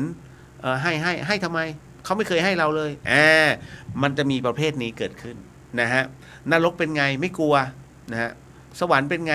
นะฮะไม่เคยเห็นน้องจะอธิบายแบบไหนล่ะฮะในเมื่อเขายังอยู่ในวังวนในความสนใจตรงนั้นเพราะอะไรฮะเพราะว่าน้องจะไปเตือนคนเหล่านี้ที่ติดสุขไม่ได้ฮะยังไงก็ไม่เชื่อนอกจากจังหวะชีวิตที่เคราะห์ซ้ำกรรมซัดแล้วมันทำให้ใจของเขาเนี่ยดิ่งวูบลงไปเมื่อนั้นคุยเรื่องนี้นี่ไงเขาเรียกว่านรกในใจเห็นไหมฉันเตือนเธอแล้ววันนี้ก็เป็นแบบนี้เช่นกันฮะนะเพราะฉะนั้นเรื่องราวตรงนี้ถึงได้บอกว่าค่อนข้างละเอียดอ่อนคุณจะไปอธิบายเรื่องราวเหล่านี้นะฮะโดยเรียกว่าพร่ำเพรื่อนะฮะอันที่หนึ่งคุณจะกลายเป็นตัวประหลาดคนที่พูดเรื่องนรกสวรรค์บุญกรรมจะกลายเป็นตัวประหลาดทันทีในสังคมปัจจุบันนะฮะเพราะฉะนั้นดูจังหวะ น้องต้องดูจังหวะน้องต้องเป็นนักกีฬาผมอะเวลาผมเป็นนักกีฬาการต่อสู้ดังนั้นเวลาจะทำคะแนนเนี่ยผมจะดูจังหวะในการเข้าไปแล้วทำคะแนนเหมือนกันฮะจังหวะใช้ได้กับทุกกรณีทุกธุรกิจนะฮะผมก็จะดูจังหวะว่าจังหวะนี้ควรจะพูดไหมนะหรือว่าจังหวะนี้พอแยบไปแล้วปุ๊บมันไปฟังคนอื่นปุ๊บหยุดพูดทันทีเปลืองน้ำลายต้องรอฮะรอให้เขาสุดกู่ก่อนหมายถึงว่าพังงาบก่อนนะแล้วค่อยไปพูดคำเดียวนะสมน้ำหน้ามึง แค่นั้นเอาจริงๆเพราะว่าจะเตือนแล้วก็ไม่ฟังไงพอไม่ฟังเสร็จปุ๊บมันก็เลยกลายเป็นเรื่องตรงนี้เกิดขึ้นนะฮะพอถึงตรงนี้เสร็จปุ๊บนะครับเราก็ต้องบอกว่าในเรื่องของความคิดเห็นนะฮะว่าจะให้เขารับรู้ยังไงว่าบาปบุญคุณโทษเป็นไงบาปอะไรก็ตามที่มันมีผลกระทบกับใจนะในทางที่ไม่ดีนะทำให้เราจิตตกเขาเรียกบาปบุญคือความสุขความเจริญอะไรก็ตามที่เราทำแล้วรู้สึกภูมิใจดีใจนะฮะแล้วก็มีความสุขเมื่อทำไปแล้วเขาเรียกบุญแต่สิ่งนั้นต้องไม่เบียดเบียนคนด้วยนะไม่เบียดเบียนผู้อื่นด้วยส่วนในเรื่องของนรกสวรรค์รู้อยู่แล้วนะฮะถ้าสมมุติว่าเดินไปแล้วตบหัวเด็กนะฮะให้มันเงียบพัวทั้งที่ไม่ใช่เป็นอะไรกับเราแล้วคุณเดินไปถ้าคุณรู้สึกภูมิใจเนี่ยอันนี้จิตใจคุณแย่มากนะฮะแต่ถ้ารู้สึกว่าเฮ้ยเราทำไปแล้วเพื่ออะไรวะไม่เห็นดีเลยนะฮะนั่นคือนรกมากัดกินใจคุณก็รู้อยู่แล้วว่ามันเป็นสิ่งที่ไม่ควรทำอะไรที่ไม่ควรทำหรือว่าสังคมไม่ยอมรับสิ่งนั้นนะครับแล้วคุณรู้สึกว่ามันไม่ถูกต้องด้วยตัวเองนั่นคือนรกคุณกำลังทำให้เกิดนรกในใจขึ้นส่วนสวรรค์ก็คือความสุขนั่นแหละอะไรก็ตามที่เราช่วยเหลือคนอื่นแล้วได้รับการขอบคุณครับขอบคุณค่ะคุณกำลังขึ้นสวรรค์ฮะเพราะมันใจมันลำพองนะฮะเอาต่อมาเอาละเที่ยงคืนแล้วคุยได้คุณผู้ฟังครับสิ่งที่ผมกำลังจะให้คุณผู้ฟังได้ยินได้ฟังเรื่องราวนี้นะฮะจะบอกว่าจะเชื่อก็ไม่ได้ให้พิจารณาเองแต่ผมขอบอกน้องที่ส่งเรื่องนี้มานะฮะคงไม่บอกชื่อเพราะบอกเฮ้ยพี่ขอเอามาก๊อปปี้ลงหน่อยเดี๋ยวจะบอกอีกทีหนึ่งนะฮะคือเป็นเรื่องราวที่ดูว่ามันหลอนมากแต่มันมีอะไรบางอย่างซึ่งมันแทรกตรงนี้ทำให้ผมมีความรู้สึกอยากเจอตัวมันมากเลย ก็ฟังแล้วกันฮะเขาบอกงี้ฮะว่าพี่เดียวคะหนูมีเรื่องราวอยากจะเล่าให้ฟังเรื่องราวตรงนี้ฮะน้องเขาบอกว่าคือวันก่อนเนี่ยต้องบอกว่าคือหนูเนี่ยกลับเข้ามาในห้องหลังจากที่ไปต่างประเทศมาเป็นเวลา2 เดือนสิ่งที่หนูไม่คาดคิดมันเกิดขึ้นจริงๆพี่เลียวคือพอเปิดประตูเข้ามาเนี่ยแล้วเอาของทั้งหมดเนี่ยกระเป๋าวางในห้องปุ๊บกลิ่นเน่ามันมาทันทีฮะคุณผู้ฟังน้องเขาบอกกลิ่นเน่ามันแบบมันคละคลุ้งทั้งห้องเลยทันทีจนหนูเนี่ยต้องวิ่งไปเปิดประตูหลังแล้วก็หน้าต่างแล้วก็เปิดพัดลมเพื่อที่จะไล่กลิ่นนั้นออกไปพอรู้ว่ามันมีบางอย่างเนี่ยที่มันแปลกๆแล้วในห้องจะถามว่าเป็นสัตว์ที่ตายหรือเปล่าเขาไม่เคยเลี้ยงสัตว์เพราะเขาห้ามคอนโดฮะนะครับในขณะเดียวกันตู้เย็นก็ยังทำงานอยู่มันคงไม่มีกลิ่นเล็ดลอดออกมาจากตู้เย็นที่สำคัญเนี่ยน้องเขาบอกว่าแต่ก่อนหน้านี้เนี่ยเพื่อนที่เคยเป็นรูมเมทด้วยกันนะฮะคือมาอยู่ที่ห้องเนี่ยด้วยกันเนี่ย3 ปีเขาก็มาเสียชีวิตค่ะณตอนนั้นพอกลิ่นเนี่ยมาถึงปุ๊บมันทำให้หนูนึกถึงใบหน้าของเขาขึ้นมาทันทีฮะน้องเขาบอกอย่างนั้นนะฮะแล้วหลังจากนั้นหนูก็ทำการแผ่เมตตามันเป็นเรื่องที่น่าแปลกมากว่าเมื่อแผ่เมตตาจบปุ๊บน้องเขาบอกเลยว่ากลิ่นนั้นมันจางหายไปกลิ่นเหม็นเน่าต่างๆนั้นมันจางหายไปจนเป็นปกติหลังจากนั้นนะฮะคืนนั้น เมื่อทำภารกิจส่วนตัวอะไรเป็นที่เรียบร้อยแล้วคืนนั้นเนี่ยด้วยความอ่อนเพลียก็เลยล้มตัวลงนอนบนที่นอนฮะบนเตียงเลยนะฮะ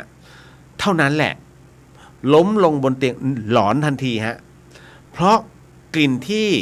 มันเหม็นเน่ากลับมาโชยขึ้นมาอีกครั้งหนึ่งโชยขึ้นมาอีกครั้งแล้วพี่เลียวหนูก็เลยสวดแผ่เมตตาอีกแต่ครั้งนี้มันแปลกตรงที่ว่าสวดเท่าไหร่นะฮะแผ่เมตตาเท่าไหร่มันก็ไม่หายหนูก็เลยเอาผ้ามาคลุมโปงเอาผ้าห่มเนี่ยมาคลุมโปงจนไม่ได้กลิ่นนั้นแล้วนะฮะพอไม่ได้กลิ่นเสร็จปุ๊บเนี่ยน้องเขาบอกว่าก็เผลอหลับไปมาตื่นอีกทีก็คือราวตี 4แล้วเพราะว่ากลิ่นมันกลับมาอีกรอบนึงนะฮะหนูก็เลยไม่ไหวแล้วรีบลุกขึ้นไปแล้วก็เปิดไฟที่ห้องทันทีนะก็กล่าวว่าพอเสร็จปุ๊บก็จะรีบขึ้นเตียงแล้วคุมโปงแล้วกูไม่ไหวแล้วน้องเขาบอกงั้นแล้วจากนั้นฮะน้องเขาบอกพอเปิดไฟห้องปุ๊บก็รีบโผล่กลับมาที่เตียงแต่ปรากฏว่ามันลื่นค่ะมันลื่นพอมันลื่นเสร็จปุ๊บเนี่ยจนทำให้เขาบอกว่าหนูก็ล้มลงข้างเตียงล้มลงข้างเตียงเพราะเตียงมันยกสูงนะฮะและข้าวของที่อยู่ในเตียงเนี่ยใต้เตียงเนี่ยนะฮะมันก็หลุดมาปรากฏว่าสายตาของหนูนะฮะหันไปเห็นที่ใต้เตียงฮะมันมีสิ่งที่น่าสยดสยองเกิดขึ้นนะมันคือต้นเหตุของกลิ่นที่เหม็นเน่ามากๆพี่เลียวหนูจ้องมันอย่างไม่กระพริบตาพร้อมกับเอามือค่อยๆประคองตัวเองขึ้นมาอย่างระวัดระวังช้าๆแล้วก็ช้าๆเพราะกลัวสิ่งนั้นมากมันคือไข่เน่าค่ะพี่เลียวหนูซื้อไข่เป็นแพ็คไว้นานแล้วมันเน่าอยู่ใต้เตียงเหม็นมากแล้วตอนหนูล้มลงเนี่ยหนูก็เห็นเลยว่าเตียงมันยุบลงไปทับไข่จนหนูต้องเอาถุงมือเนี่ยสวมแล้วเอาไข่เน่านั้นใส่ถุงขยะค่ะหนูอยากทราบว่าที่หนูระแวงเป็นผีนั้นจิตหนูคิดไปเองใช่ไหมคะขอบคุณค่ะคำตอบคือใช่ฮะ นะมันคิดไปเองฮะนะแล้วก็ทำให้คนอื่นที่เขาฟังเรื่องนี้เขาก็คิดไปด้วยนะคือจริงๆไอ้เหม็นเน่ากลายเป็นไข่เน่านะก็เพราะจิตน้องอ่ะอันนี้ถ้าเข้าสู่วิชาการนะผมจะบอกว่าจิตน้องคิดไปแล้วนะจิตน้องไปคิดถึงหน้ารูเมทที่ตายไปแล้วนะครับแล้วกับอีกอันหนึ่งก็คือว่าภาพมันฟ้องว่าใช่ต้องใช่แน่ๆเพราะเดี๋ยวมันมาแล้วก็ไปกลิ่นเนี่ยมันมาแล้วก็ไปยิ่งครั้งแรกที่แผ่เมตตาแล้วมันไปผมว่าน่าจะไปเพราะพัดลมน้องที่เปิดแล้วก็ไล่กลิ่นออกจากห้องนะฮะหลังจากนั้นเสร็จปุ๊บเนี่ยครั้งที่2เนี่ยมันใกล้ชิดแล้วไงน้องใกล้ชิดกับไข่เน่านะฮะพอนอนไปก็นะฮะสปริงมันก็ไปโดนไงไข่ใต้เตียงแล้วจากนั้นพอคุมโปงแน่นอนฮะมันมีพื้นที่จำกัดอากาศที่อยู่ในผ้าห่มเนี่ยมันก็จะเคลียร์ไปแล้วเพราะน้องสูดเต็มปอดแล้วฮะแก๊สไข่เน่าไม่ดีนะฮะต้องระมัดระวังมันจะทำให้คุณมึนนะฮะมาเฉลยว่าเป็นไข่เน่านะฮะไม่ใช่ผีนะต่อมาเห็นไหมสมมุตินะฮะอันเนี้ยเป็นตัววัดจิตเรื่องนี้ที่ผมเอามาเล่าเพราะว่ามันเป็นเครื่องวัดจิตของเราถ้าท่านใดที่ฟังแล้วคิดตั้งแต่แรกผีแน่นอนต้องทำให้จบต้องฟังให้จบนะฮะเรื่องของเรื่องเนี่ยมันจะมีบทสรุปของมันทุกเรื่องไม่ว่าจะเป็นเรื่องจิตวิญญาณหรือว่าอะไรก็ตามมันจะมีบทสรุปของมันใช่หรือเปล่านั่นก็คือเราต้องมีสติในการพิจารณาแต่ละเรื่องฮะนะเดี๋ยวมีอีกเรื่องนึงอันนี้ก็เป็นอีกหนึ่งเรื่องราวที่น่าสนใจนะครับน้องเขาถามมาว่าสงสัยจังค่ะทำไมเมืองไทยจึงมีแต่วังบาดาลคะมีแต่พญานาคหรือคะโอ้โหอันนี้คือว่ากระทบหรือเปล่าฮะคุณผู้ฟังสงสัยไหมทำไมประเทศไทยจึงมีแต่วังบาดาลอีสานก็วังบาดาลทั้งหมดเลยตรงไหนบ้างจังหวัดไหนบ้างที่ไม่มีวังบาดาลเอามาสัก1จังหวัดผมว่าแม่ฮ่องสอนน่ะว่าไม่มีแล้วดันมี ตรงนี้พญานาคขึ้นมาเราตรงไหนวะ นะก็จะมีวัดเขาจะเขียนวังบาดาลทุกวัดเลยทุกสถานที่ในประเทศไทยวังบาดาลหมดเลยผมก็เลยตั้งคำถามเอาไม่มีมนุษย์เลยเหรอวะ ถูกไหมฮะอันนี้เดี๋ยวนะที่ผมพูดไม่ได้ลบหลู่มันมีเหตุและผลนะฮะคือพญานาค4เหล่าเนี่ยเราเข้าใจแต่ว่าเรื่องของเรื่องคือจะมีให้ทั้งประเทศไม่ได้มันต้องมีช่วงหนึ่งที่ว่างแต่คราวนี้ที่น้องตั้งข้อสงสัยนะว่าทำไมสงสัยจังว่าเมืองไทยนั้นจึงมีแต่วังบาดาลคะนั่นก็เพราะว่าท่านกำลังสงสัยว่าทำไมทุกที่จึงมีแต่พญานาคคุณอย่าลืมนะฮะพญานาคนั้นแม้จะเป็นเดรัจฉานแต่ได้รับมอบหมายให้เป็นผู้ที่เฝ้าสมบัติแล้ววังบาดาลของพญานาคนะฮะเป็นการเล่าขานว่ามีทรัพย์สมบัติมหาศาลซึ่งแม้จะแบ่งให้ใครสักคนหนึ่งนะฮะเพียงเล็กน้อยก็มีกินมีใช้ไปตลอดชาตินั่นแหละฮะจึงเป็นที่มาว่าทำไมพญานาคจึงเป็นที่เคารพนะของคนสายนาคก็คือสายที่ทำบุญเยอะๆแล้วก็จะมีผลกลับมาตีกลับมานั่นแหะพวกสายนาคเขาเรียกกล้าลองกล้าลุยนะฮะดังนั้นเนี่ยปฏิเสธไม่ได้เพราะเรื่องราวของพญานาคเป็นเรื่องที่เล่าขานนะฮะถ้าพญานาคมีทั่วทุกแผ่นดินมังกรต้องมีทั่วโลกถูกไหมจีนก็มีมังกรนะฮะ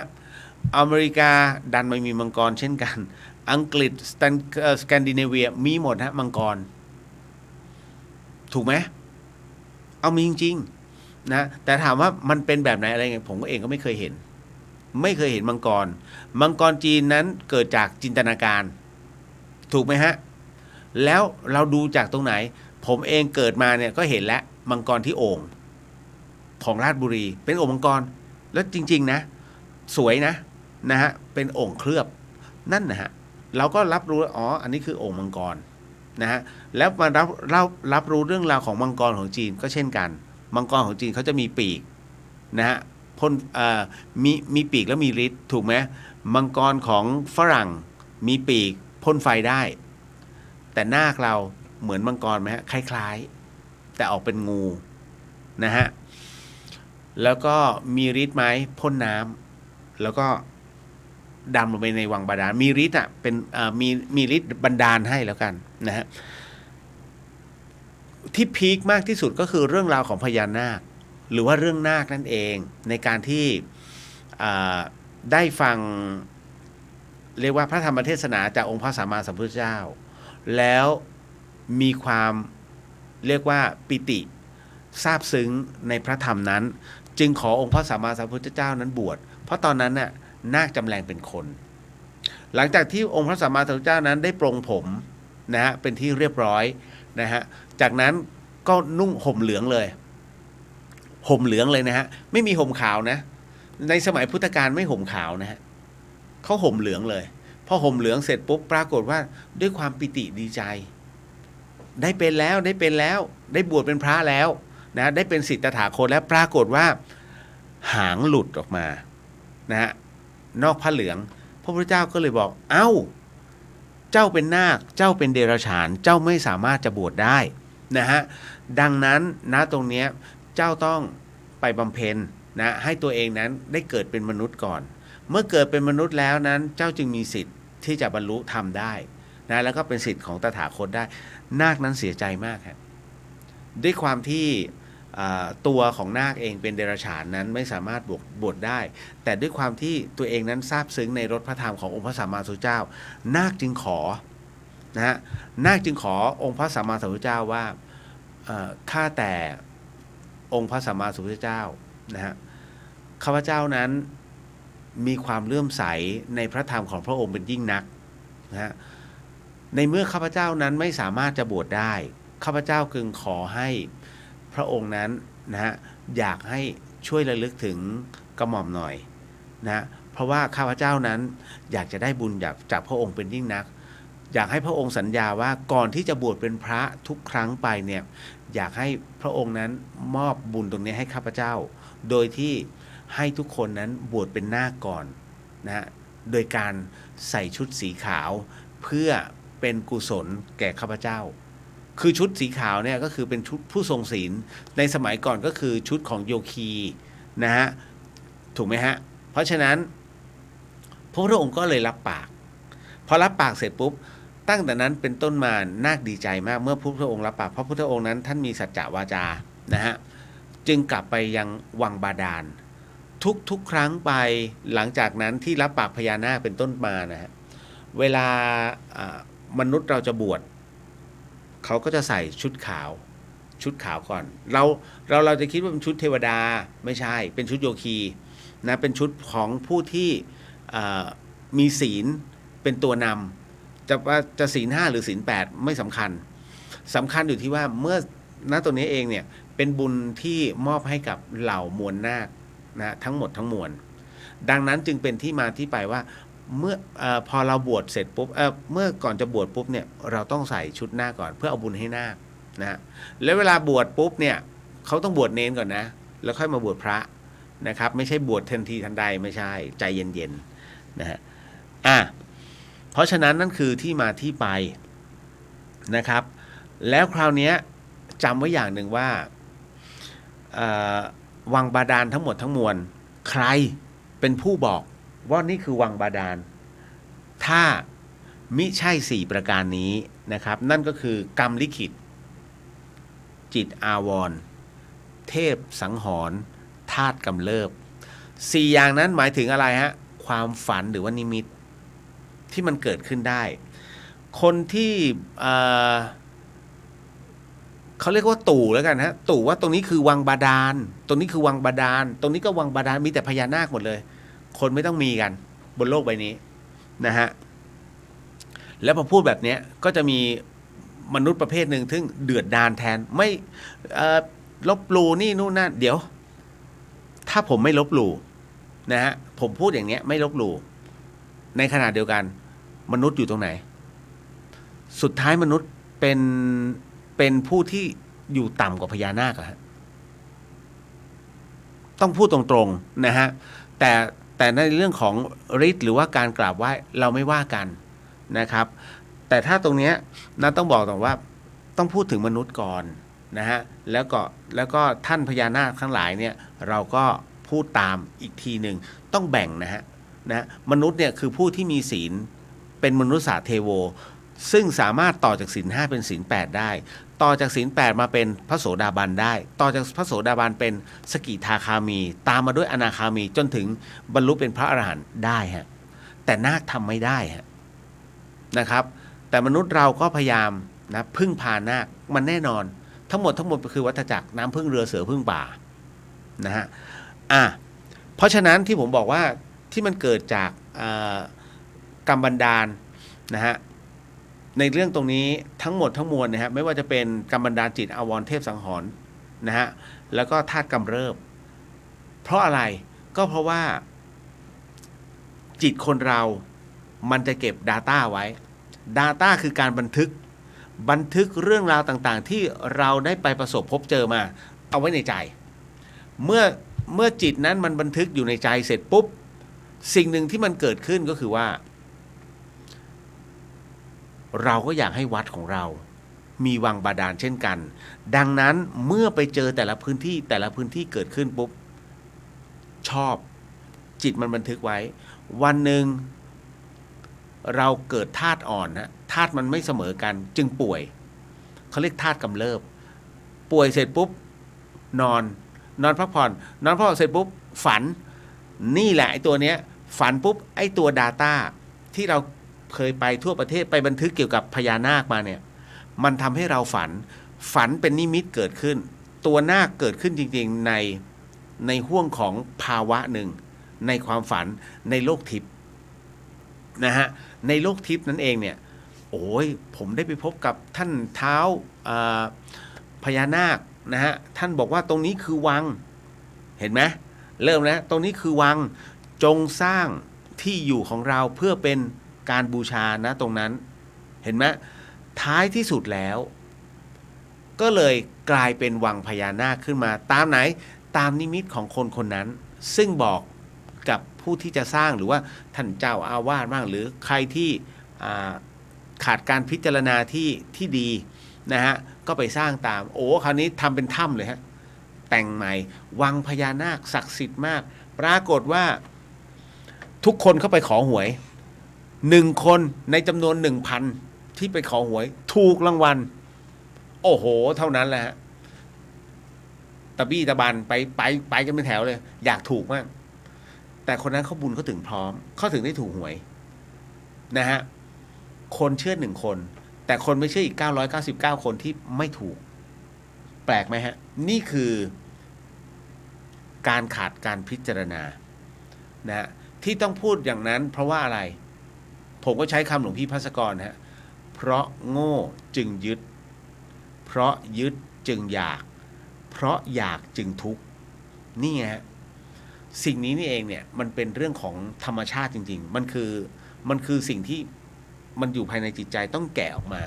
เพราะฉะนั้นเมืองไทยนั้นมีวังพญานาคทั้งหมดทั้งมวลจริงไหมไม่จริงฮะมีบ้างเป็นบางพื้นที่ผมยกตัวอย่างคำชะโนดเนี่ยใช่ถ้ำนาคาถ้ำนาคีใช่ไหมอุปมาณว่าใช่เพราะทั้งเขานั้น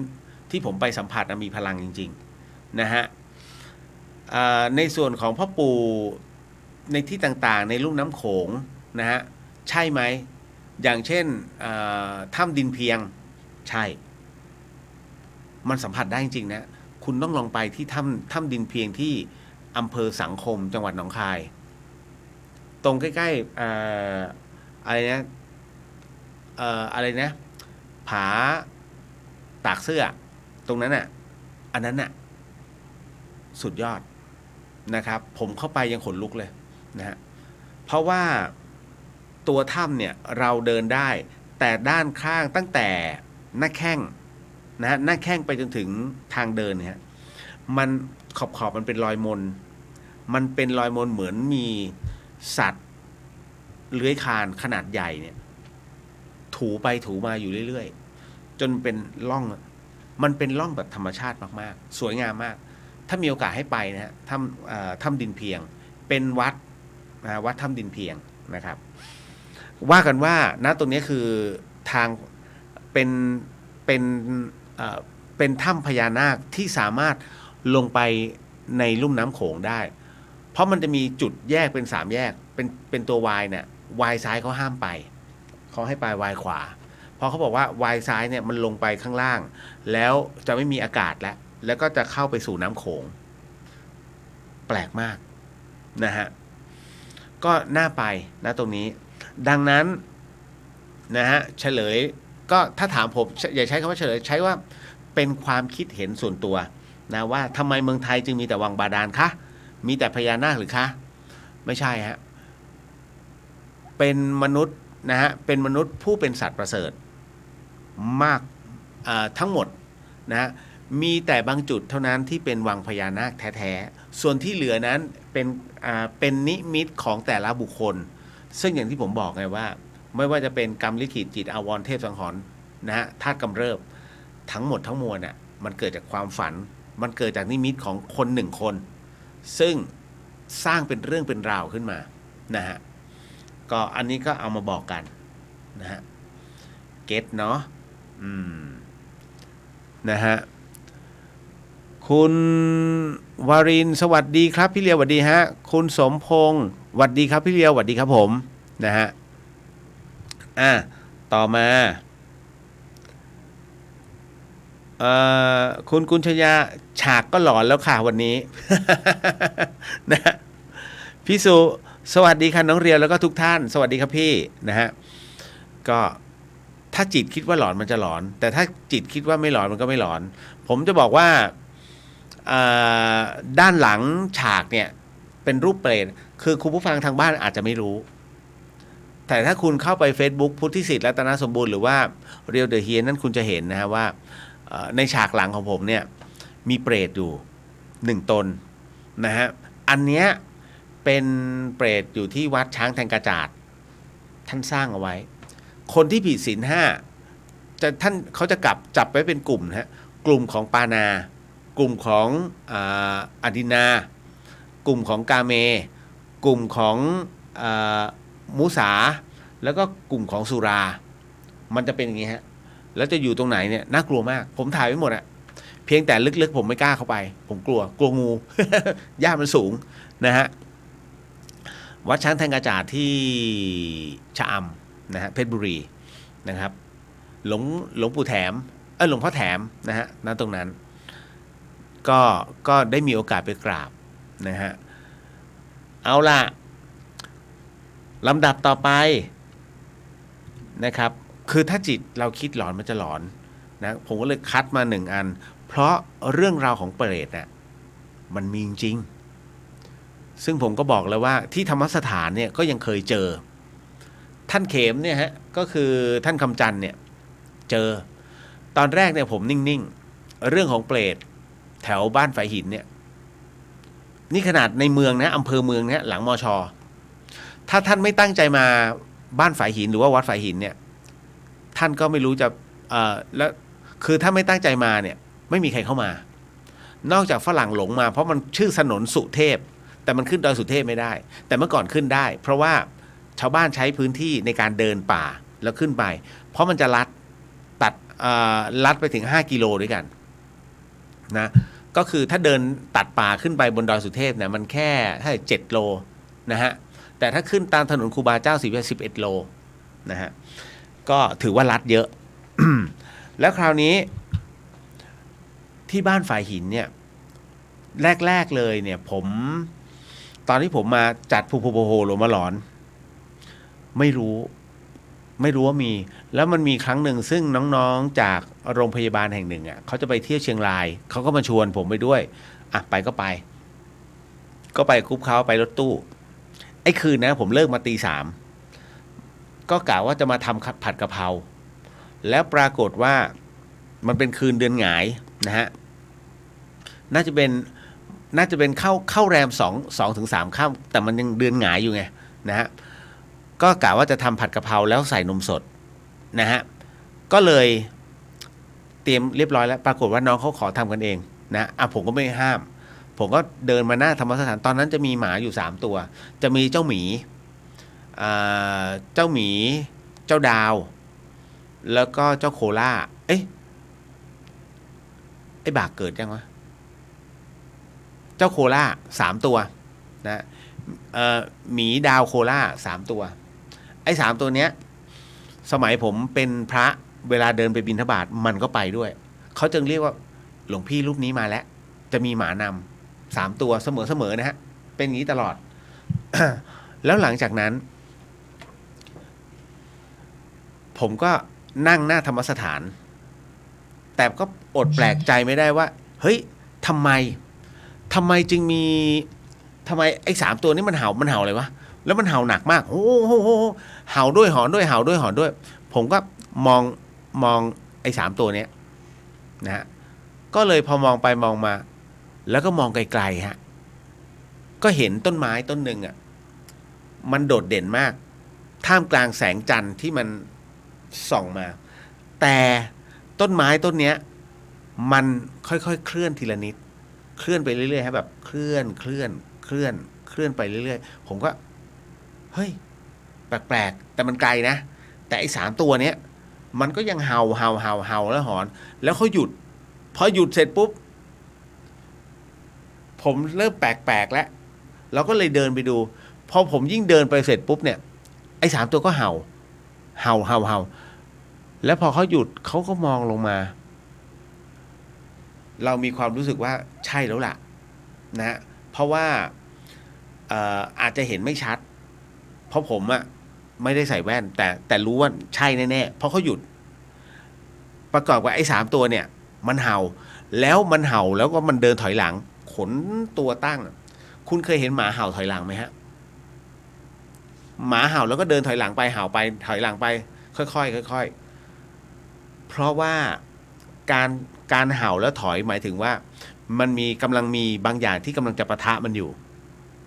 และเนี่ยเขานิ่งๆเสร็จปุ๊บผมก็จ้องใช่ปะวะเสร็จปุ๊บพอไอ้3 ตัวเนี้ยค่อยๆถอยผมก็ถอยมั่งถอยมาตั้งหลักมาดูเสร็จปุ๊บไอ้3 ตัวนี้กระจายเลยฮะมันก็กระจายหนีผมก็ดูสักพักหนึ่งเขาค่อยเคลื่อนต่อไปเป็นต้นไม้ต้นเดียวที่สามารถเคลื่อนที่ได้แล้วก็ไปหยุดตรงกลุ่มต้นไม้ใหญ่ผมก็พยายามมองดูมองแล้วมองอีกประมาณ10 นาทีนะฮะ 10 นาทีจนน้องเขาทำผัดกะเพราเสร็จปุ๊บเขาก็ออกมาอ้ายมีอะไรเหรอกำลังดูกลุ่มต้นไม้นั้นอยู่ ว่ามันเคลื่อนไหวได้ไหมน้องก็มาช่วยดูนะฮะสุดท้ายแล้วมันก็อยู่ตรงนั้น หมายถึงว่ามันกลับกลายเป็นว่าเปรตเขาหายไปเลยนะฮะมันไม่ได้มาแบบมาเดินต่อเนื่องไม่ใช่มันเหมือนกับหาที่บังเสร็จปุ๊บแล้วก็สลายไปเองผมก็บอกน้องว่าน่าจะเป็นเปรตเพราะไอ้3 ตัวเนี่ยดูดิขนยังตั้งอยู่เลยแล้วมันยังเห่าแล้วแบบมันคือมันก็ออกตัวสั่นตัวไอ้ดาวตัวสั่นเพราะมันเป็นดันเมเชียนผสมนะก็เลยรูปมันโอ้โหนะฮะมันสั่นเลยมันกลัวแล้วเสร็จปุ๊บวันเวลาผ่านไปจัดรายการตัวนี้เสร็จนะฮะตอนนั้นเอามอไซค์ขึ้นมาขี่รถลงไปเนี่ยแล้วก็ตอนนั้นมันเป็นกองขยะอยู่มอไซค์ดันเสียโดนอีกรอบนึงอันนี้ก็คือชัดเจนมากก็คือเห็นเลยว่าเขาคือเปรตนะฮะแล้วหลังจากนั้นก็ไปพอกลับธรรมสถานก็เล่าให้น้องๆฟังพอเล่าไปเสร็จปุ๊บเนี่ยปรากฏว่ายังไม่มีคนเชื่อซึ่งผมเองก็เฉยๆก็ไม่เป็นไรผมบอกแล้วอย่าเล่าเรื่องนี้ให้กับใครที่เขาไม่ตั้งใจฟังจนกระทั่งวันหนึ่งท่านเขมหรือว่าท่านคำจันทร์เนี่ยนะฮะเดินมาบอกพี่เลี้ยวผมเจอเปรต อยู่พี่เลี้ยวผมเจอเปรตเอ้าตอนนั้นท่านยังเป็นเนรนะบอกแล้วน้องเนรเจอตรงไหนหน้าธรรมสถานครับจริงเหรอไม่มุสานะผมจะไปมุสาทำไมเห็นจริงๆหน้าธรรมสถานเลยเท่านั้นแหละฮะผมก็กำหนดวันแล้วก็ตั้งโต๊ะเลี้ยงอาหารเปรตจนประมาณว่าถูกชาวบ้านบางส่วนประณามว่าเฮ้ยถึงกับเลี้ยงบูชาผีกันแล้วเหรอณตอนนั้นผมก็เลยอธิบายไม่ใช่ฟังก่อนนะผมมาเจอเปรตมารอบนี้คือครั้งที่3เลยต้องเลี้ยงผมใช้สูตรของป๋องเพราะชาวบ้านฝ่ายหินจะรู้ว่าผมจัดรายการบนนี้แล้วก็จัดรายการผีนะฮะแต่ชาวบ้านบางคนไม่เชื่อเรื่องผีไม่เป็นไรผมถือว่าผมจะไม่คุยต้องประสบพบเจอเองแล้วก็บางคนที่สบประมาทผมก็ไปทีละคนอันนี้ก็คือเราเข้าใจแต่คราวนี้พอวันนั้นที่เลี้ยงโต๊ะเปรตเลี้ยงโต๊ะจีนเปรตเนี่ยโต๊ะจีนเลยนะโอ้สั่งมาวันนั้นหมดหลายพันนะฮะพอเสร็จปุ๊บปักธูปนะฮะรอธูปหมดเก็บของคุณผู้ฟังเชื่อไหมตั้งแต่วันนั้นเป็นต้นมาธรรมสถานแล้วก็หมู่บ้านไม่มีเปรตอีกเลยเพราะก็คือปักให้แล้วให้กินแล้วนะฮะแล้วก็บอกแล้วไม่ต้องมานะไม่ต้องมาตรงนี้นะครับไปที่อื่นบ้างเพราะเปรตกินไม่มีวันอิ่มเพราะในสมัยที่เป็นมนุษย์โกงกินไว้เยอะหรือเป็นประเภทที่ทำผิดไว้เยอะนะกับคนรอบข้างโดยเฉพาะอย่างยิ่งพ่อแม่อย่าลืมนะคนด่าพ่อด่าแม่ให้ระวังเลยเตรียมตัวฮะนะฮะไม่ได้โกหกเพราะเปรตมีหลายชนิดจริงๆแล้วที่สำคัญก็คือว่าประเภทตีพ่อตีแม่ด้วยอารมณ์เตรียมตัวฮะเพราะคุณต้องไปอยู่ในภูมินี้ก่อนนะฮะมือจะโตอย่างที่เห็นเนี่ยคือกรณีตีพ่อตีแม่ที่โชว์อยู่ด้านหลังนะฮะด้านหลังฉากนะเนี่ยฮะนี่คือเปรตของการที่ตีพ่อตีแม่ให้ระมัดระวังฮะแล้วมันจะมีเปรตอีกประเภทหนึ่งชอบด่าพ่อด่าแม่ด่าครูอาจารย์ทั้งหลายปากจะจู๋เขาเรียกปากเท่ารูเข็มเวลากินเนี่ยจะทรมานมากฮะแล้วจะหาอะไรที่มันใหญ่ไปกว่ารูเข็มเนี่ยกินไม่ได้นะมันต้องเล็กกว่าแล้วอะไรอ่ะไส้เดือนบางทีแบบยังใหญ่กว่าเข็มมันกินยากนะฮะเพราะฉะนั้นมันก็จะมีบททรมานอย่างเงี้ยในอบายภูมินะฮะก็เป็นอีกหนึ่งเรื่องราวนะฮะที่เอามาพูดคุยให้รับรู้กันว่าเฮ้ยมันมีเรื่องราวแบบนี้นะจ๊ะต่อมาเริ่มสยองกันแล้วใช่ไหมเรื่องต่อมาฮะเป็นเรื่องหลอนคุณผู้ฟังครับ สิ่งที่ผมกำลังจะเล่าให้คุณผู้ฟังได้ยินได้ฟังเรื่องราวต่อไปนี้นั้นอย่าเชื่อนะฮะให้ฟังหูไว้หูแล้วก็ใช้วิจารณญาณทุกครั้งในการรับฟังเรื่องราวประเภทนี้ข้อสำคัญเนี่ยอยากให้คุณผู้ฟังได้ฟังเป็นนิยายเพราะว่าอยากให้คุณผู้ฟังได้ใช้หลักกลามสูตรมาพิจารณาแล้วกันนะเพราะเรื่องที่ผมกำลังจะเล่าต่อไปนี้เนี่ยอันนี้น้องเขาส่งมาหลายวันแล้วผมไม่มีโอกาสได้เล่าตั้งแต่สัปดาห์ที่แล้วนะฮะน้องเขาบอกอย่างนี้ฮะว่าพี่เรียวครับผมมีเรื่องหลอนอยากแชร์ครับนะฮะก็คือผมเนี่ยขับรถมาแวะพักเพื่อจะเดินทางต่อที่ปั๊มแห่งหนึ่งเขาใช้คำว่าปั๊มเปลวเพลิงนะฮะเป็นปั๊มเปลวเพลิงครับตอนนั้นเที่ยงคืนกว่าผมก็จอดรถแล้วก็ลงไปเข้าห้องน้ำกับน้องชายครับพี่เลียวแน่นอนที่สุดห้องน้ำผู้ชายเนี่ยนะเขาก็เข้าไปที่โถฉี่ด้านหลังโถฉี่ของปั๊มที่นี้ที่เนี่ยมันมีด้วยกัน2แถบแถบซ้ายและแถบขวาตรงนั้นไม่มีคนเลยนะฮะผมเนี่ยก็มาที่แถบขวาส่วนน้องชายผมก็แถบซ้ายต้องบอกว่าทั้งห้องน้ำมีกันแค่2คนพี่แล้วก็โถฉี่เนี่ยมันไม่ใช่โถแบบอัตโนมัติมันจะต้องกดด้วยมือแล้วน้องผมมันก็เสร็จก่อนมันก็เดินมาด้านหลังผมเพื่อไปล้างมือฮะแล้วคราวนี้ปรากฏว่าผมก็คุยกับมันเรื่องระยะทางนี่แหละนะฮะว่ามันจะต้องใช้เวลาอีกเท่าไหร่ซึ่งสิ่งที่เกิดขึ้นกับผม2คนก็คือมันมีลมพี่เลียวมันมีลมวูบหนึ่งตีผ่านด้านหลังผมไปจนผมรู้สึกได้ว่าเหมือนคนเนี่ยนะเพิ่งจะเดินมาชนผมนะฮะแล้วจากนั้นน้องก็บอกว่าผมก็เลยกดน้ำที่โถฉี่ของผมเนี่ยนะฮะกดน้ำและคราวนี้ปรากฏว่าเมื่อกดน้ำโถผมเสร็จไอ้โถข้างๆเนี่ยซึ่งมันไม่มีคนเลยนะพี่เลียวตัวกดเนี่ยฮะมันดันทำงานเองนะฮะมันก็คือกดลงไปเองผมก็เลยเรียกน้องมาให้มาดูบอกเฮ้ยลองดูดิเนี่ยมันเกิดอะไรขึ้นมันก็เดินมามองแล้วมันก็เดินไปกดไอ้โถนั้นน่ะนะฮะด้านบนว่ามันเป็นยังไงมันหลวมไหมปรากฏว่ามันฝืดฮะมันฝืดมากกว่าจะกดลงนะต้องใช้แรงกดลงเนี่ยน้ำจึงจะทำงานคราวนี้พอผมเห็นน้องทำเนี่ยผมก็เลยลองแตะไอ้ตัวกดดูบ้างปรากฏว่ามันฝืดจริงๆพี่เลียวแล้วพอผมหันไปบอกสงสัยผีแม่งมาเยี่ยว เท่านั้นแหละฮะปุ่มกดมันก็กดเองอีกรอบนึงนะฮะคราวนี้ผมกับน้องรีบเดินออกเลยพี่เลียวนะฮะหลังจากเข้ามาในรถก็นั่งคุยกันว่าคือถกกันนะก็คือเขาใช้ภาษาพี่น้องกันก็คือบอกมึงว่าใครกดหรือปุ่มมันเสียวะน้องผมมันก็บอกมันไม่เสียแน่ๆพี่ก็มันฝืดแบบนั้นผมก็เลยถามดูว่าแล้วมึงว่าใช่เปล่าคำว่าใช่เปล่าเนี่ยเขาเว้นไว้เขาใช้คำว่าแล้วมึงว่าแล้วจุดใช่เปล่านะฮะจากนั้นผม2คนเนี่ยก็มองไปที่ห้องน้ำของเฉพาะแถบผู้ชายนะของปั๊มนั้นปรากฏว่ามันมีเงาฮะน้องบอกมันมีเงารางๆพี่เลียวเดินออกมาแล้วก็เดินผ่านตรงนั้นไปทางด้านหนึ่งของร้านกาแฟที่มีชื่ออยู่ติดกันนะครับเท่านั้นแหละฮะผมกับน้องนั้นต้องสตาร์ทรถแล้วก็ถอยออกมาไปจอดหน้าร้านสะดวกซื้อทันทีเรื่องราวก็มีเท่านี้อยากทราบว่าสิ่งที่ผมเห็นนั้นใช่ไหมฮะ ทุกอย่างอันนี้นะฮะน้องครับในสิ่งที่น้องเจอทุกสรรพสิ่งมันมีที่มาที่ไป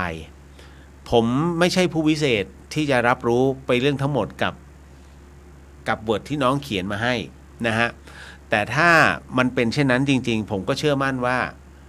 มันมีบางอย่างเกิดขึ้นแล้วณตรงนั้นมันน่าจะมีบางอย่างที่เคยเกิดขึ้นแล้วเขาก็ยังอยู่ณตรงนั้นนะฮะอาจจะเป็นอดีตพนักงาน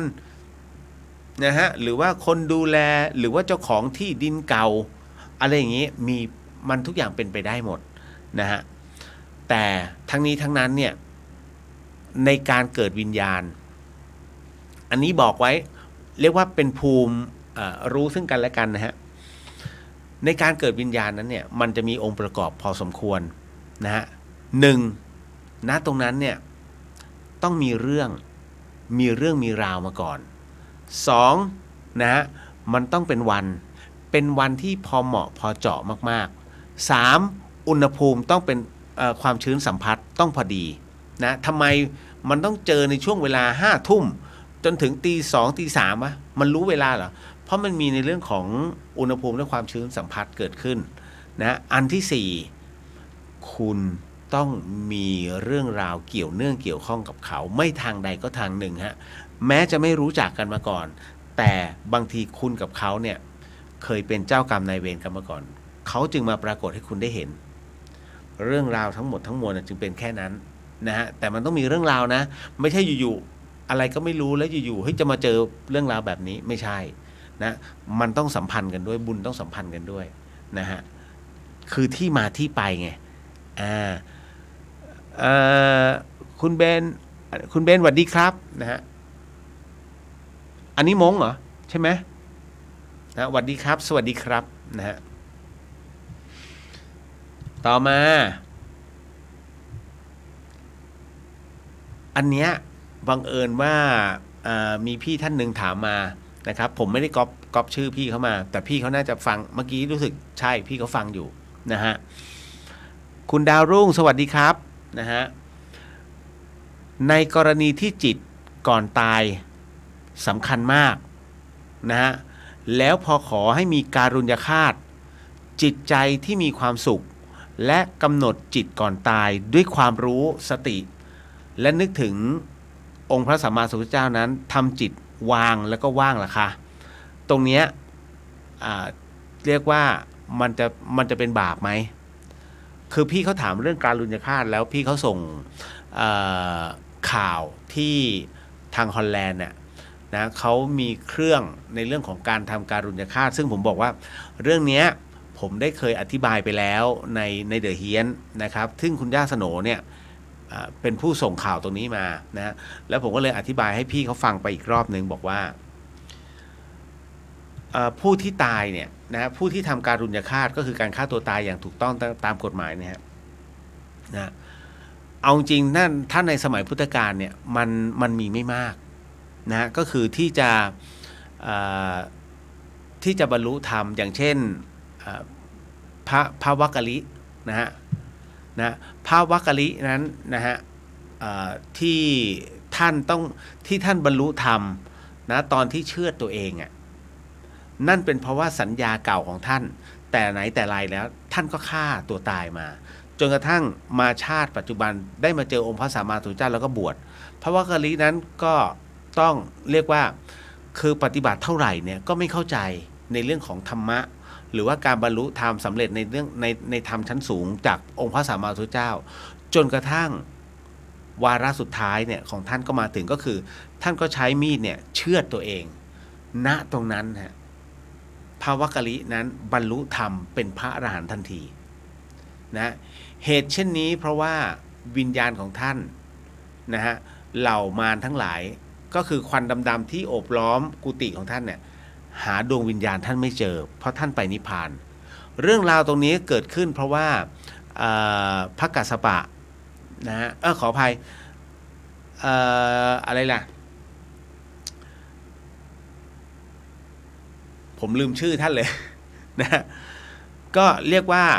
เป็นศิษยานุศิษย์ท่านน่ะแล้วกันนะฮะไม่ใช่เดี๋ยวแวบหนึ่งนะฮะอ๋อไม่เป็นไรเอาเป็นว่าศิษย์ท่านคนหนึ่งเนี่ยฮะก็มารายงานต่อองค์พระสัมมาสัมพุทธเจ้าพระพุทธองค์บัดนี้พระวักกะลิเนี่ยกำลังจะฆ่าตัวตายนะฮะทั้งที่ได้เทศไปแล้วว่าความตายนั้นมันไม่ได้ช่วยอะไรในเรื่องของการที่จะต้องไปบรรลุธรรมนะไม่งั้นมันก็จะเวียนว่ายตายเกิดอยู่พระพุทธเจ้านั้นทรงมีพระญาณรับรู้นะฮะเบื้องหน้าอยู่แล้วพอท่านจับด้วยพระญาณท่านก็บอกว่าถ้าอย่างนั้นเดี๋ยวเราจะไปดูกันว่าพระวักกะลินั้นนะที่ท่านฆ่าตัวตายนั้นเป็น เป็นอย่างไรผลจะเป็นอย่างไรพระพุทธองค์ก็เลยให้ศิษยานุศิษย์ของพระพุทธองค์นั้นที่สำนักเนี่ยนะก็เดินทางไปที่กุฏิของพระวักกลิกนะพอไปถึงเสร็จปุ๊บปรากฏว่าพระพุทธองค์นั้นก็บอกให้ทุกคนให้ดูว่านั่นร่างพระกลิกนะที่นอนอยู่แค่นะแล้วสิ้นใจนะบัดนี้พระวักกลิกนั้นนะฮะได้ถึงพระนิพพานแล้วดูจากตรงไหนดูจากเหล่าหมู่มารซึ่งเป็นควันดำๆฮะที่อยู่เหนือล่างเหล่ามารนั้นพยายามจะหาวิญญาณพระกลิกเพื่อดึงไปเป็นพรรคพวกแต่ปรากฏว่าหาเท่าไหร่ก็ไม่เจอวิญญาณพระกลิกดังนั้นพระพุทธองค์บอกนี่แหละด้วยสัญญาเก่าของท่านนะฮะที่เคยฆ่าตัวตายมานับครั้งไม่ถ้วนมาบัดนี้พระวักกลิกนั้นนี่คือครั้งสุดท้ายที่ท่านต้องชดใช้กรรมท่านจึงรับรู้พระวักกลิกจึงใช้มีดนั้นนะในการประทุษร้ายตัวเองนะฮะก็เลยทำให้บรรลุธรรมก่อนสิ้นใจเรื่องของเรื่องเป็นแบบนี้ซึ่งพระพุทธองค์นั้นไม่สรรเสริญนะกับการที่จะต้องมาฆ่าตัวตายเพื่อที่จะให้ตัวเองนั้นไปสงบเพราะมันมีน้อยมากๆนั่นก็คือว่าการตัดช่องน้อยนั้นคือการที่เราริดรอนกรรมตัวเองลงไม่อยากเจ็บป่วยนะฮะงั้นขอฉันตายอย่างสบายแล้วกันนั่นคือท่านกำลังหนีกรรมในชาตินี้แต่ท่านหนีกรรมไปเรื่อยๆไม่ได้ฮะเมื่อเกิดชาติใหม่ท่านก็ต้องรับเหมือนเดิมทรมานเหมือนเดิมเพราะฉะนั้นเอาให้จบชาตินี้ไม่ต้องไปพึ่งเครื่องถ้าต้องการถ้าจะหนีครูบาอาจารย์เนี่ยพ่อแม่ครูอาจารย์หลายรูปที่ท่านเป็นมะเร็งแล้วระยะสุดท้ายถามว่าท่านทรมานไหมทรมานแต่ทำไมท่านไม่เอ่ยเพราะท่านมีกรรมฐานเป็นที่ตั้งเมื่อท่านมีกรรมฐานเป็นที่ตั้งท่านจึงแยกจิตออกมาให้เหนือความเจ็บปวดเป็นที่เรียบร้อยเมื่อท่านแยกตรงนั้นเสร็จปุ๊บคราวนี้เป็นเรื่องของบุพกรรมที่ท่านยอมรับมันชดใช้ให้จบในชาตินี้จนกระทั่งท่านละสังขารถ้าท่านบอกว่าเครื่องมือในเรื่องของการในทางการทำการุญยฆาตนั้นเป็นเครื่องมือที่ดีนะฮะไร้ซึ่งความเจ็บปวดแล้วก็ตัดปัญหาแถวบ้านผมเรียกตัดช่องน้อยนะถ้าดีจริงท่านคงใช้เครื่องมือตรงนั้นไปแล้วแต่นี้ท่านต้องยอมรับความเจ็บปวดความทุกข์ทรมานเพราะนั่นคือกรรมที่ได้เคยกระทำไว้แล้วบัดนี้ส่งผลแล้วพอส่งผลเสร็จเป็นที่เรียบร้อยแล้วเนี่ยกรรมนั้นก็จะไม่ส่งผลในชาติต่อไปหากเกิดแต่บังเอิญว่าท่านนิพพานมันก็เลยไม่ส่งผลแต่อย่างเราเนี่ยถ้าแบบเนี้ยถ้าคุณไม่ยอมรับในเรื่องของสิ่งที่มันเป็นความเจ็บปวดความทุกข์ทรมานที่มันจำเป็นจะต้องดำเนินชีวิตและผ่านไปให้ได้คุณพ่ายแพ้แล้วฆ่าตัวตายคุณก็จะหนีมันไปไม่ได้ฮะเกิดใหม่คุณก็ต้องเป็นแบบนั้นมันถูกกรรมบีบไงเพราะคุณไปตัดรอนมันก่อนแต่ท่านยอมรับสภาพถึงไหนถึงกันวะนะฮะท้ายที่สุดมันทรมานแม้จะอดจนตายนั่นหมายถึงว่าตัวกรรมนั้นได้มาถึงคุณและกำหนดว่าให้คุณต้องอดจนตายเป็นที่เรียบร้อยชดใช้แล้วเกิดมาชาติใหม่จะได้มีกินมีใช้บ้างไม่มีอดเพราะมันอดแล้วไงนะฮะเพราะฉะนั้นเขาถึงบอกฟ้าหลังฝนย่อมสดใสเสมอนะฮะเพราะฉะนั้นในเรื่องของการทำการุญยฆาตเนี่ยผมก็เลยอธิบายให้ฟังมันเป็นการตัดรอนกรรมนะฮะในสิ่งที่จะเกิดแต่ท้ายที่สุดแล้วกฎแห่งกรรมยุติธรรมเสมอมันก็เลยต้องย้อนกลับมาอีกรอบหนึ่งนะฮะในช่วงที่จิตของท่านไปหาแดนเกิดใหม่นั่นเองก็จบเรื่องราวตรงนี้นะฮะเอาละเก็ตเนาะเอาต่อมา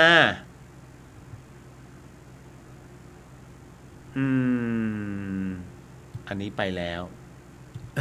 เมื่อวานนี้ที่ถามไปผมลืมติ๊กไงทำดีขึ้นสวรรค์ทำชั่วนรกจริงหรือครับถ้าเป็นเช่นนั้นศึกมหาเทพไง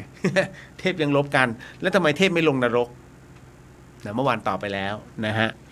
ต่อมาหากเราไปกินอาหารทะเล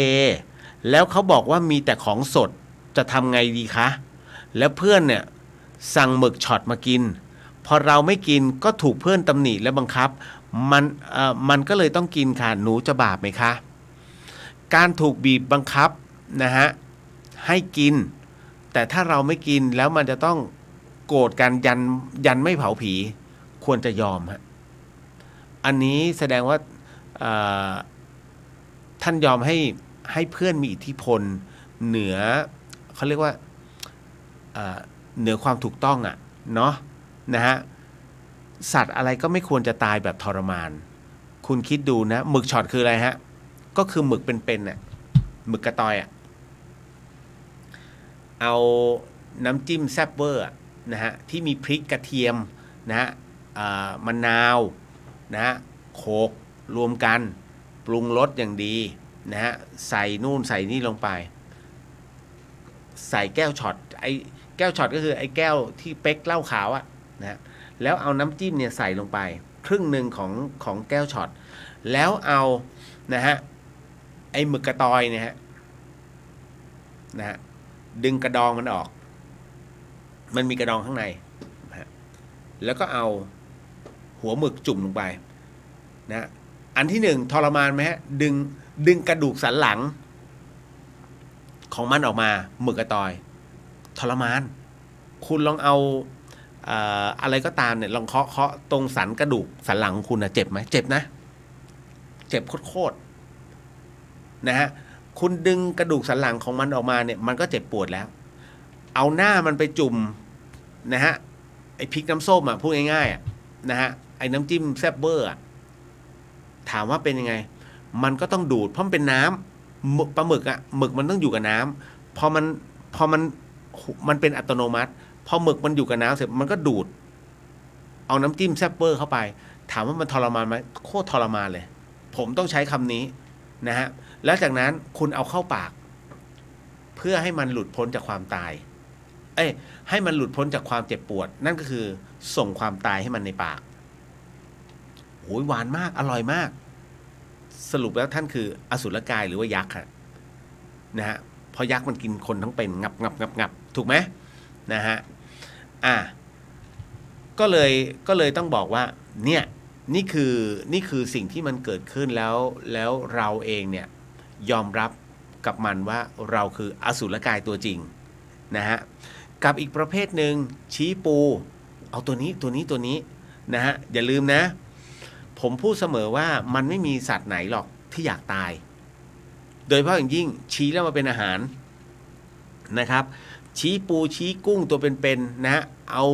าปูเป็นๆเนี่ยเอามาวางในกระทะโชว์วัดสดจริงๆคุณคอยดูนะประเภทกุ๊กนะหรือว่าเป็นประเภทผู้คิดอะไรแบบนี้คุณคือทุกอย่างดูยาวๆฮะนะฮะหลวงพ่อชาจึงได้บอกว่ามันบ่แน่นะฮะดูยาวๆว่าวาระสุดท้ายของกุ๊กวาระสุดท้ายของผู้ที่คิดหมึกช็อตจะเป็นยังไงต่อไปผมเชื่อมั่นว่าเขาทรมานโคตรทรมานเลยฮะเพราะว่าสิ่งที่เขาทำคือการทรมานสัตว์เอามาเป็นอาหารฆ่าคือฆ่ามิใช่ว่าเอามาโชว์ว่าค่อยๆเชือด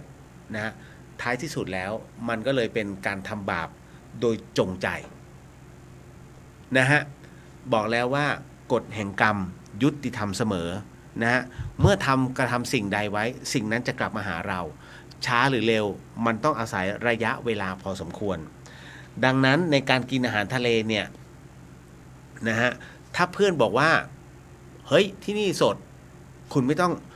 องอะไรมากมายนั่งนิ่ง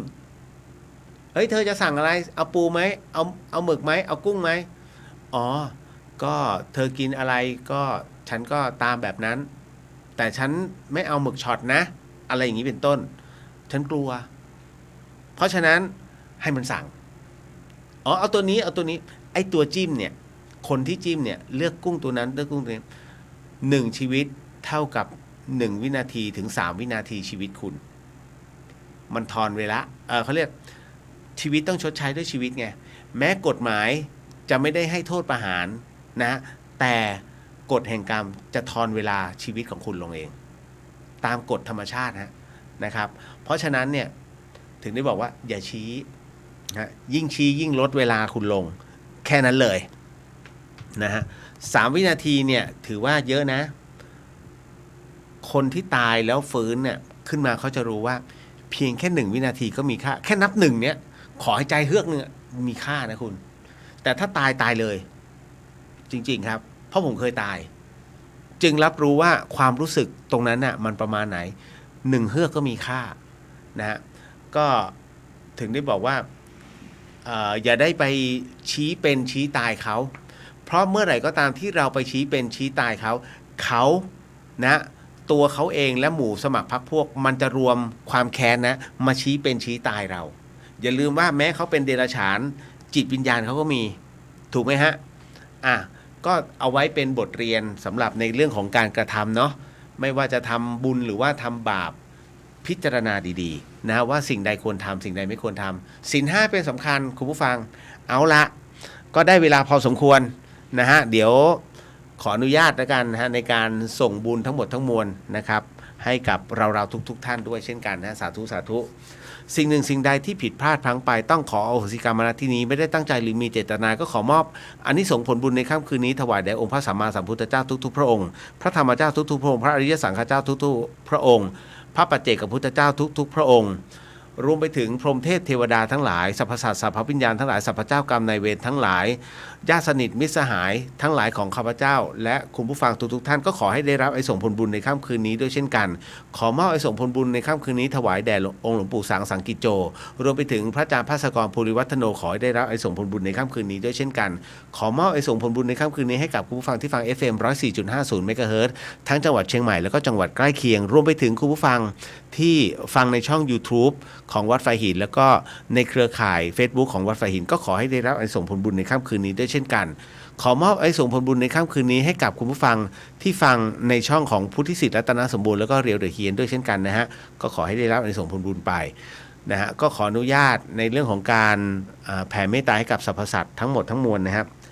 สัพพโรกวินิมุตโตสัพพสันตาปวาจิโตสัพพเวรมติกันโตนิปุตโตสัพพีติโยวิวันชันตุสัพพโรโกวินันสตุมาเตภวะวันตรายโยสุขีที่คายุโกภวะอภิวาทนาสีริสนิจังวุฒาปจายโนจัตตารโรธรรมาวัฒนติอายุวันโนสุขังพระลังนิพพานังปรมังสุขังสาธุก็พบกันใหม่กับเรื่องราวดีๆแบบนี้ในโอกาสต่อไปนะฮะสำหรับค่ำคืนนี้ราตรีสวัสดิ์นะครับคุณผู้ฟังทุกท่านบ๊ายบายแล้วเจอกันเนาะเรียบร้อยนะครับ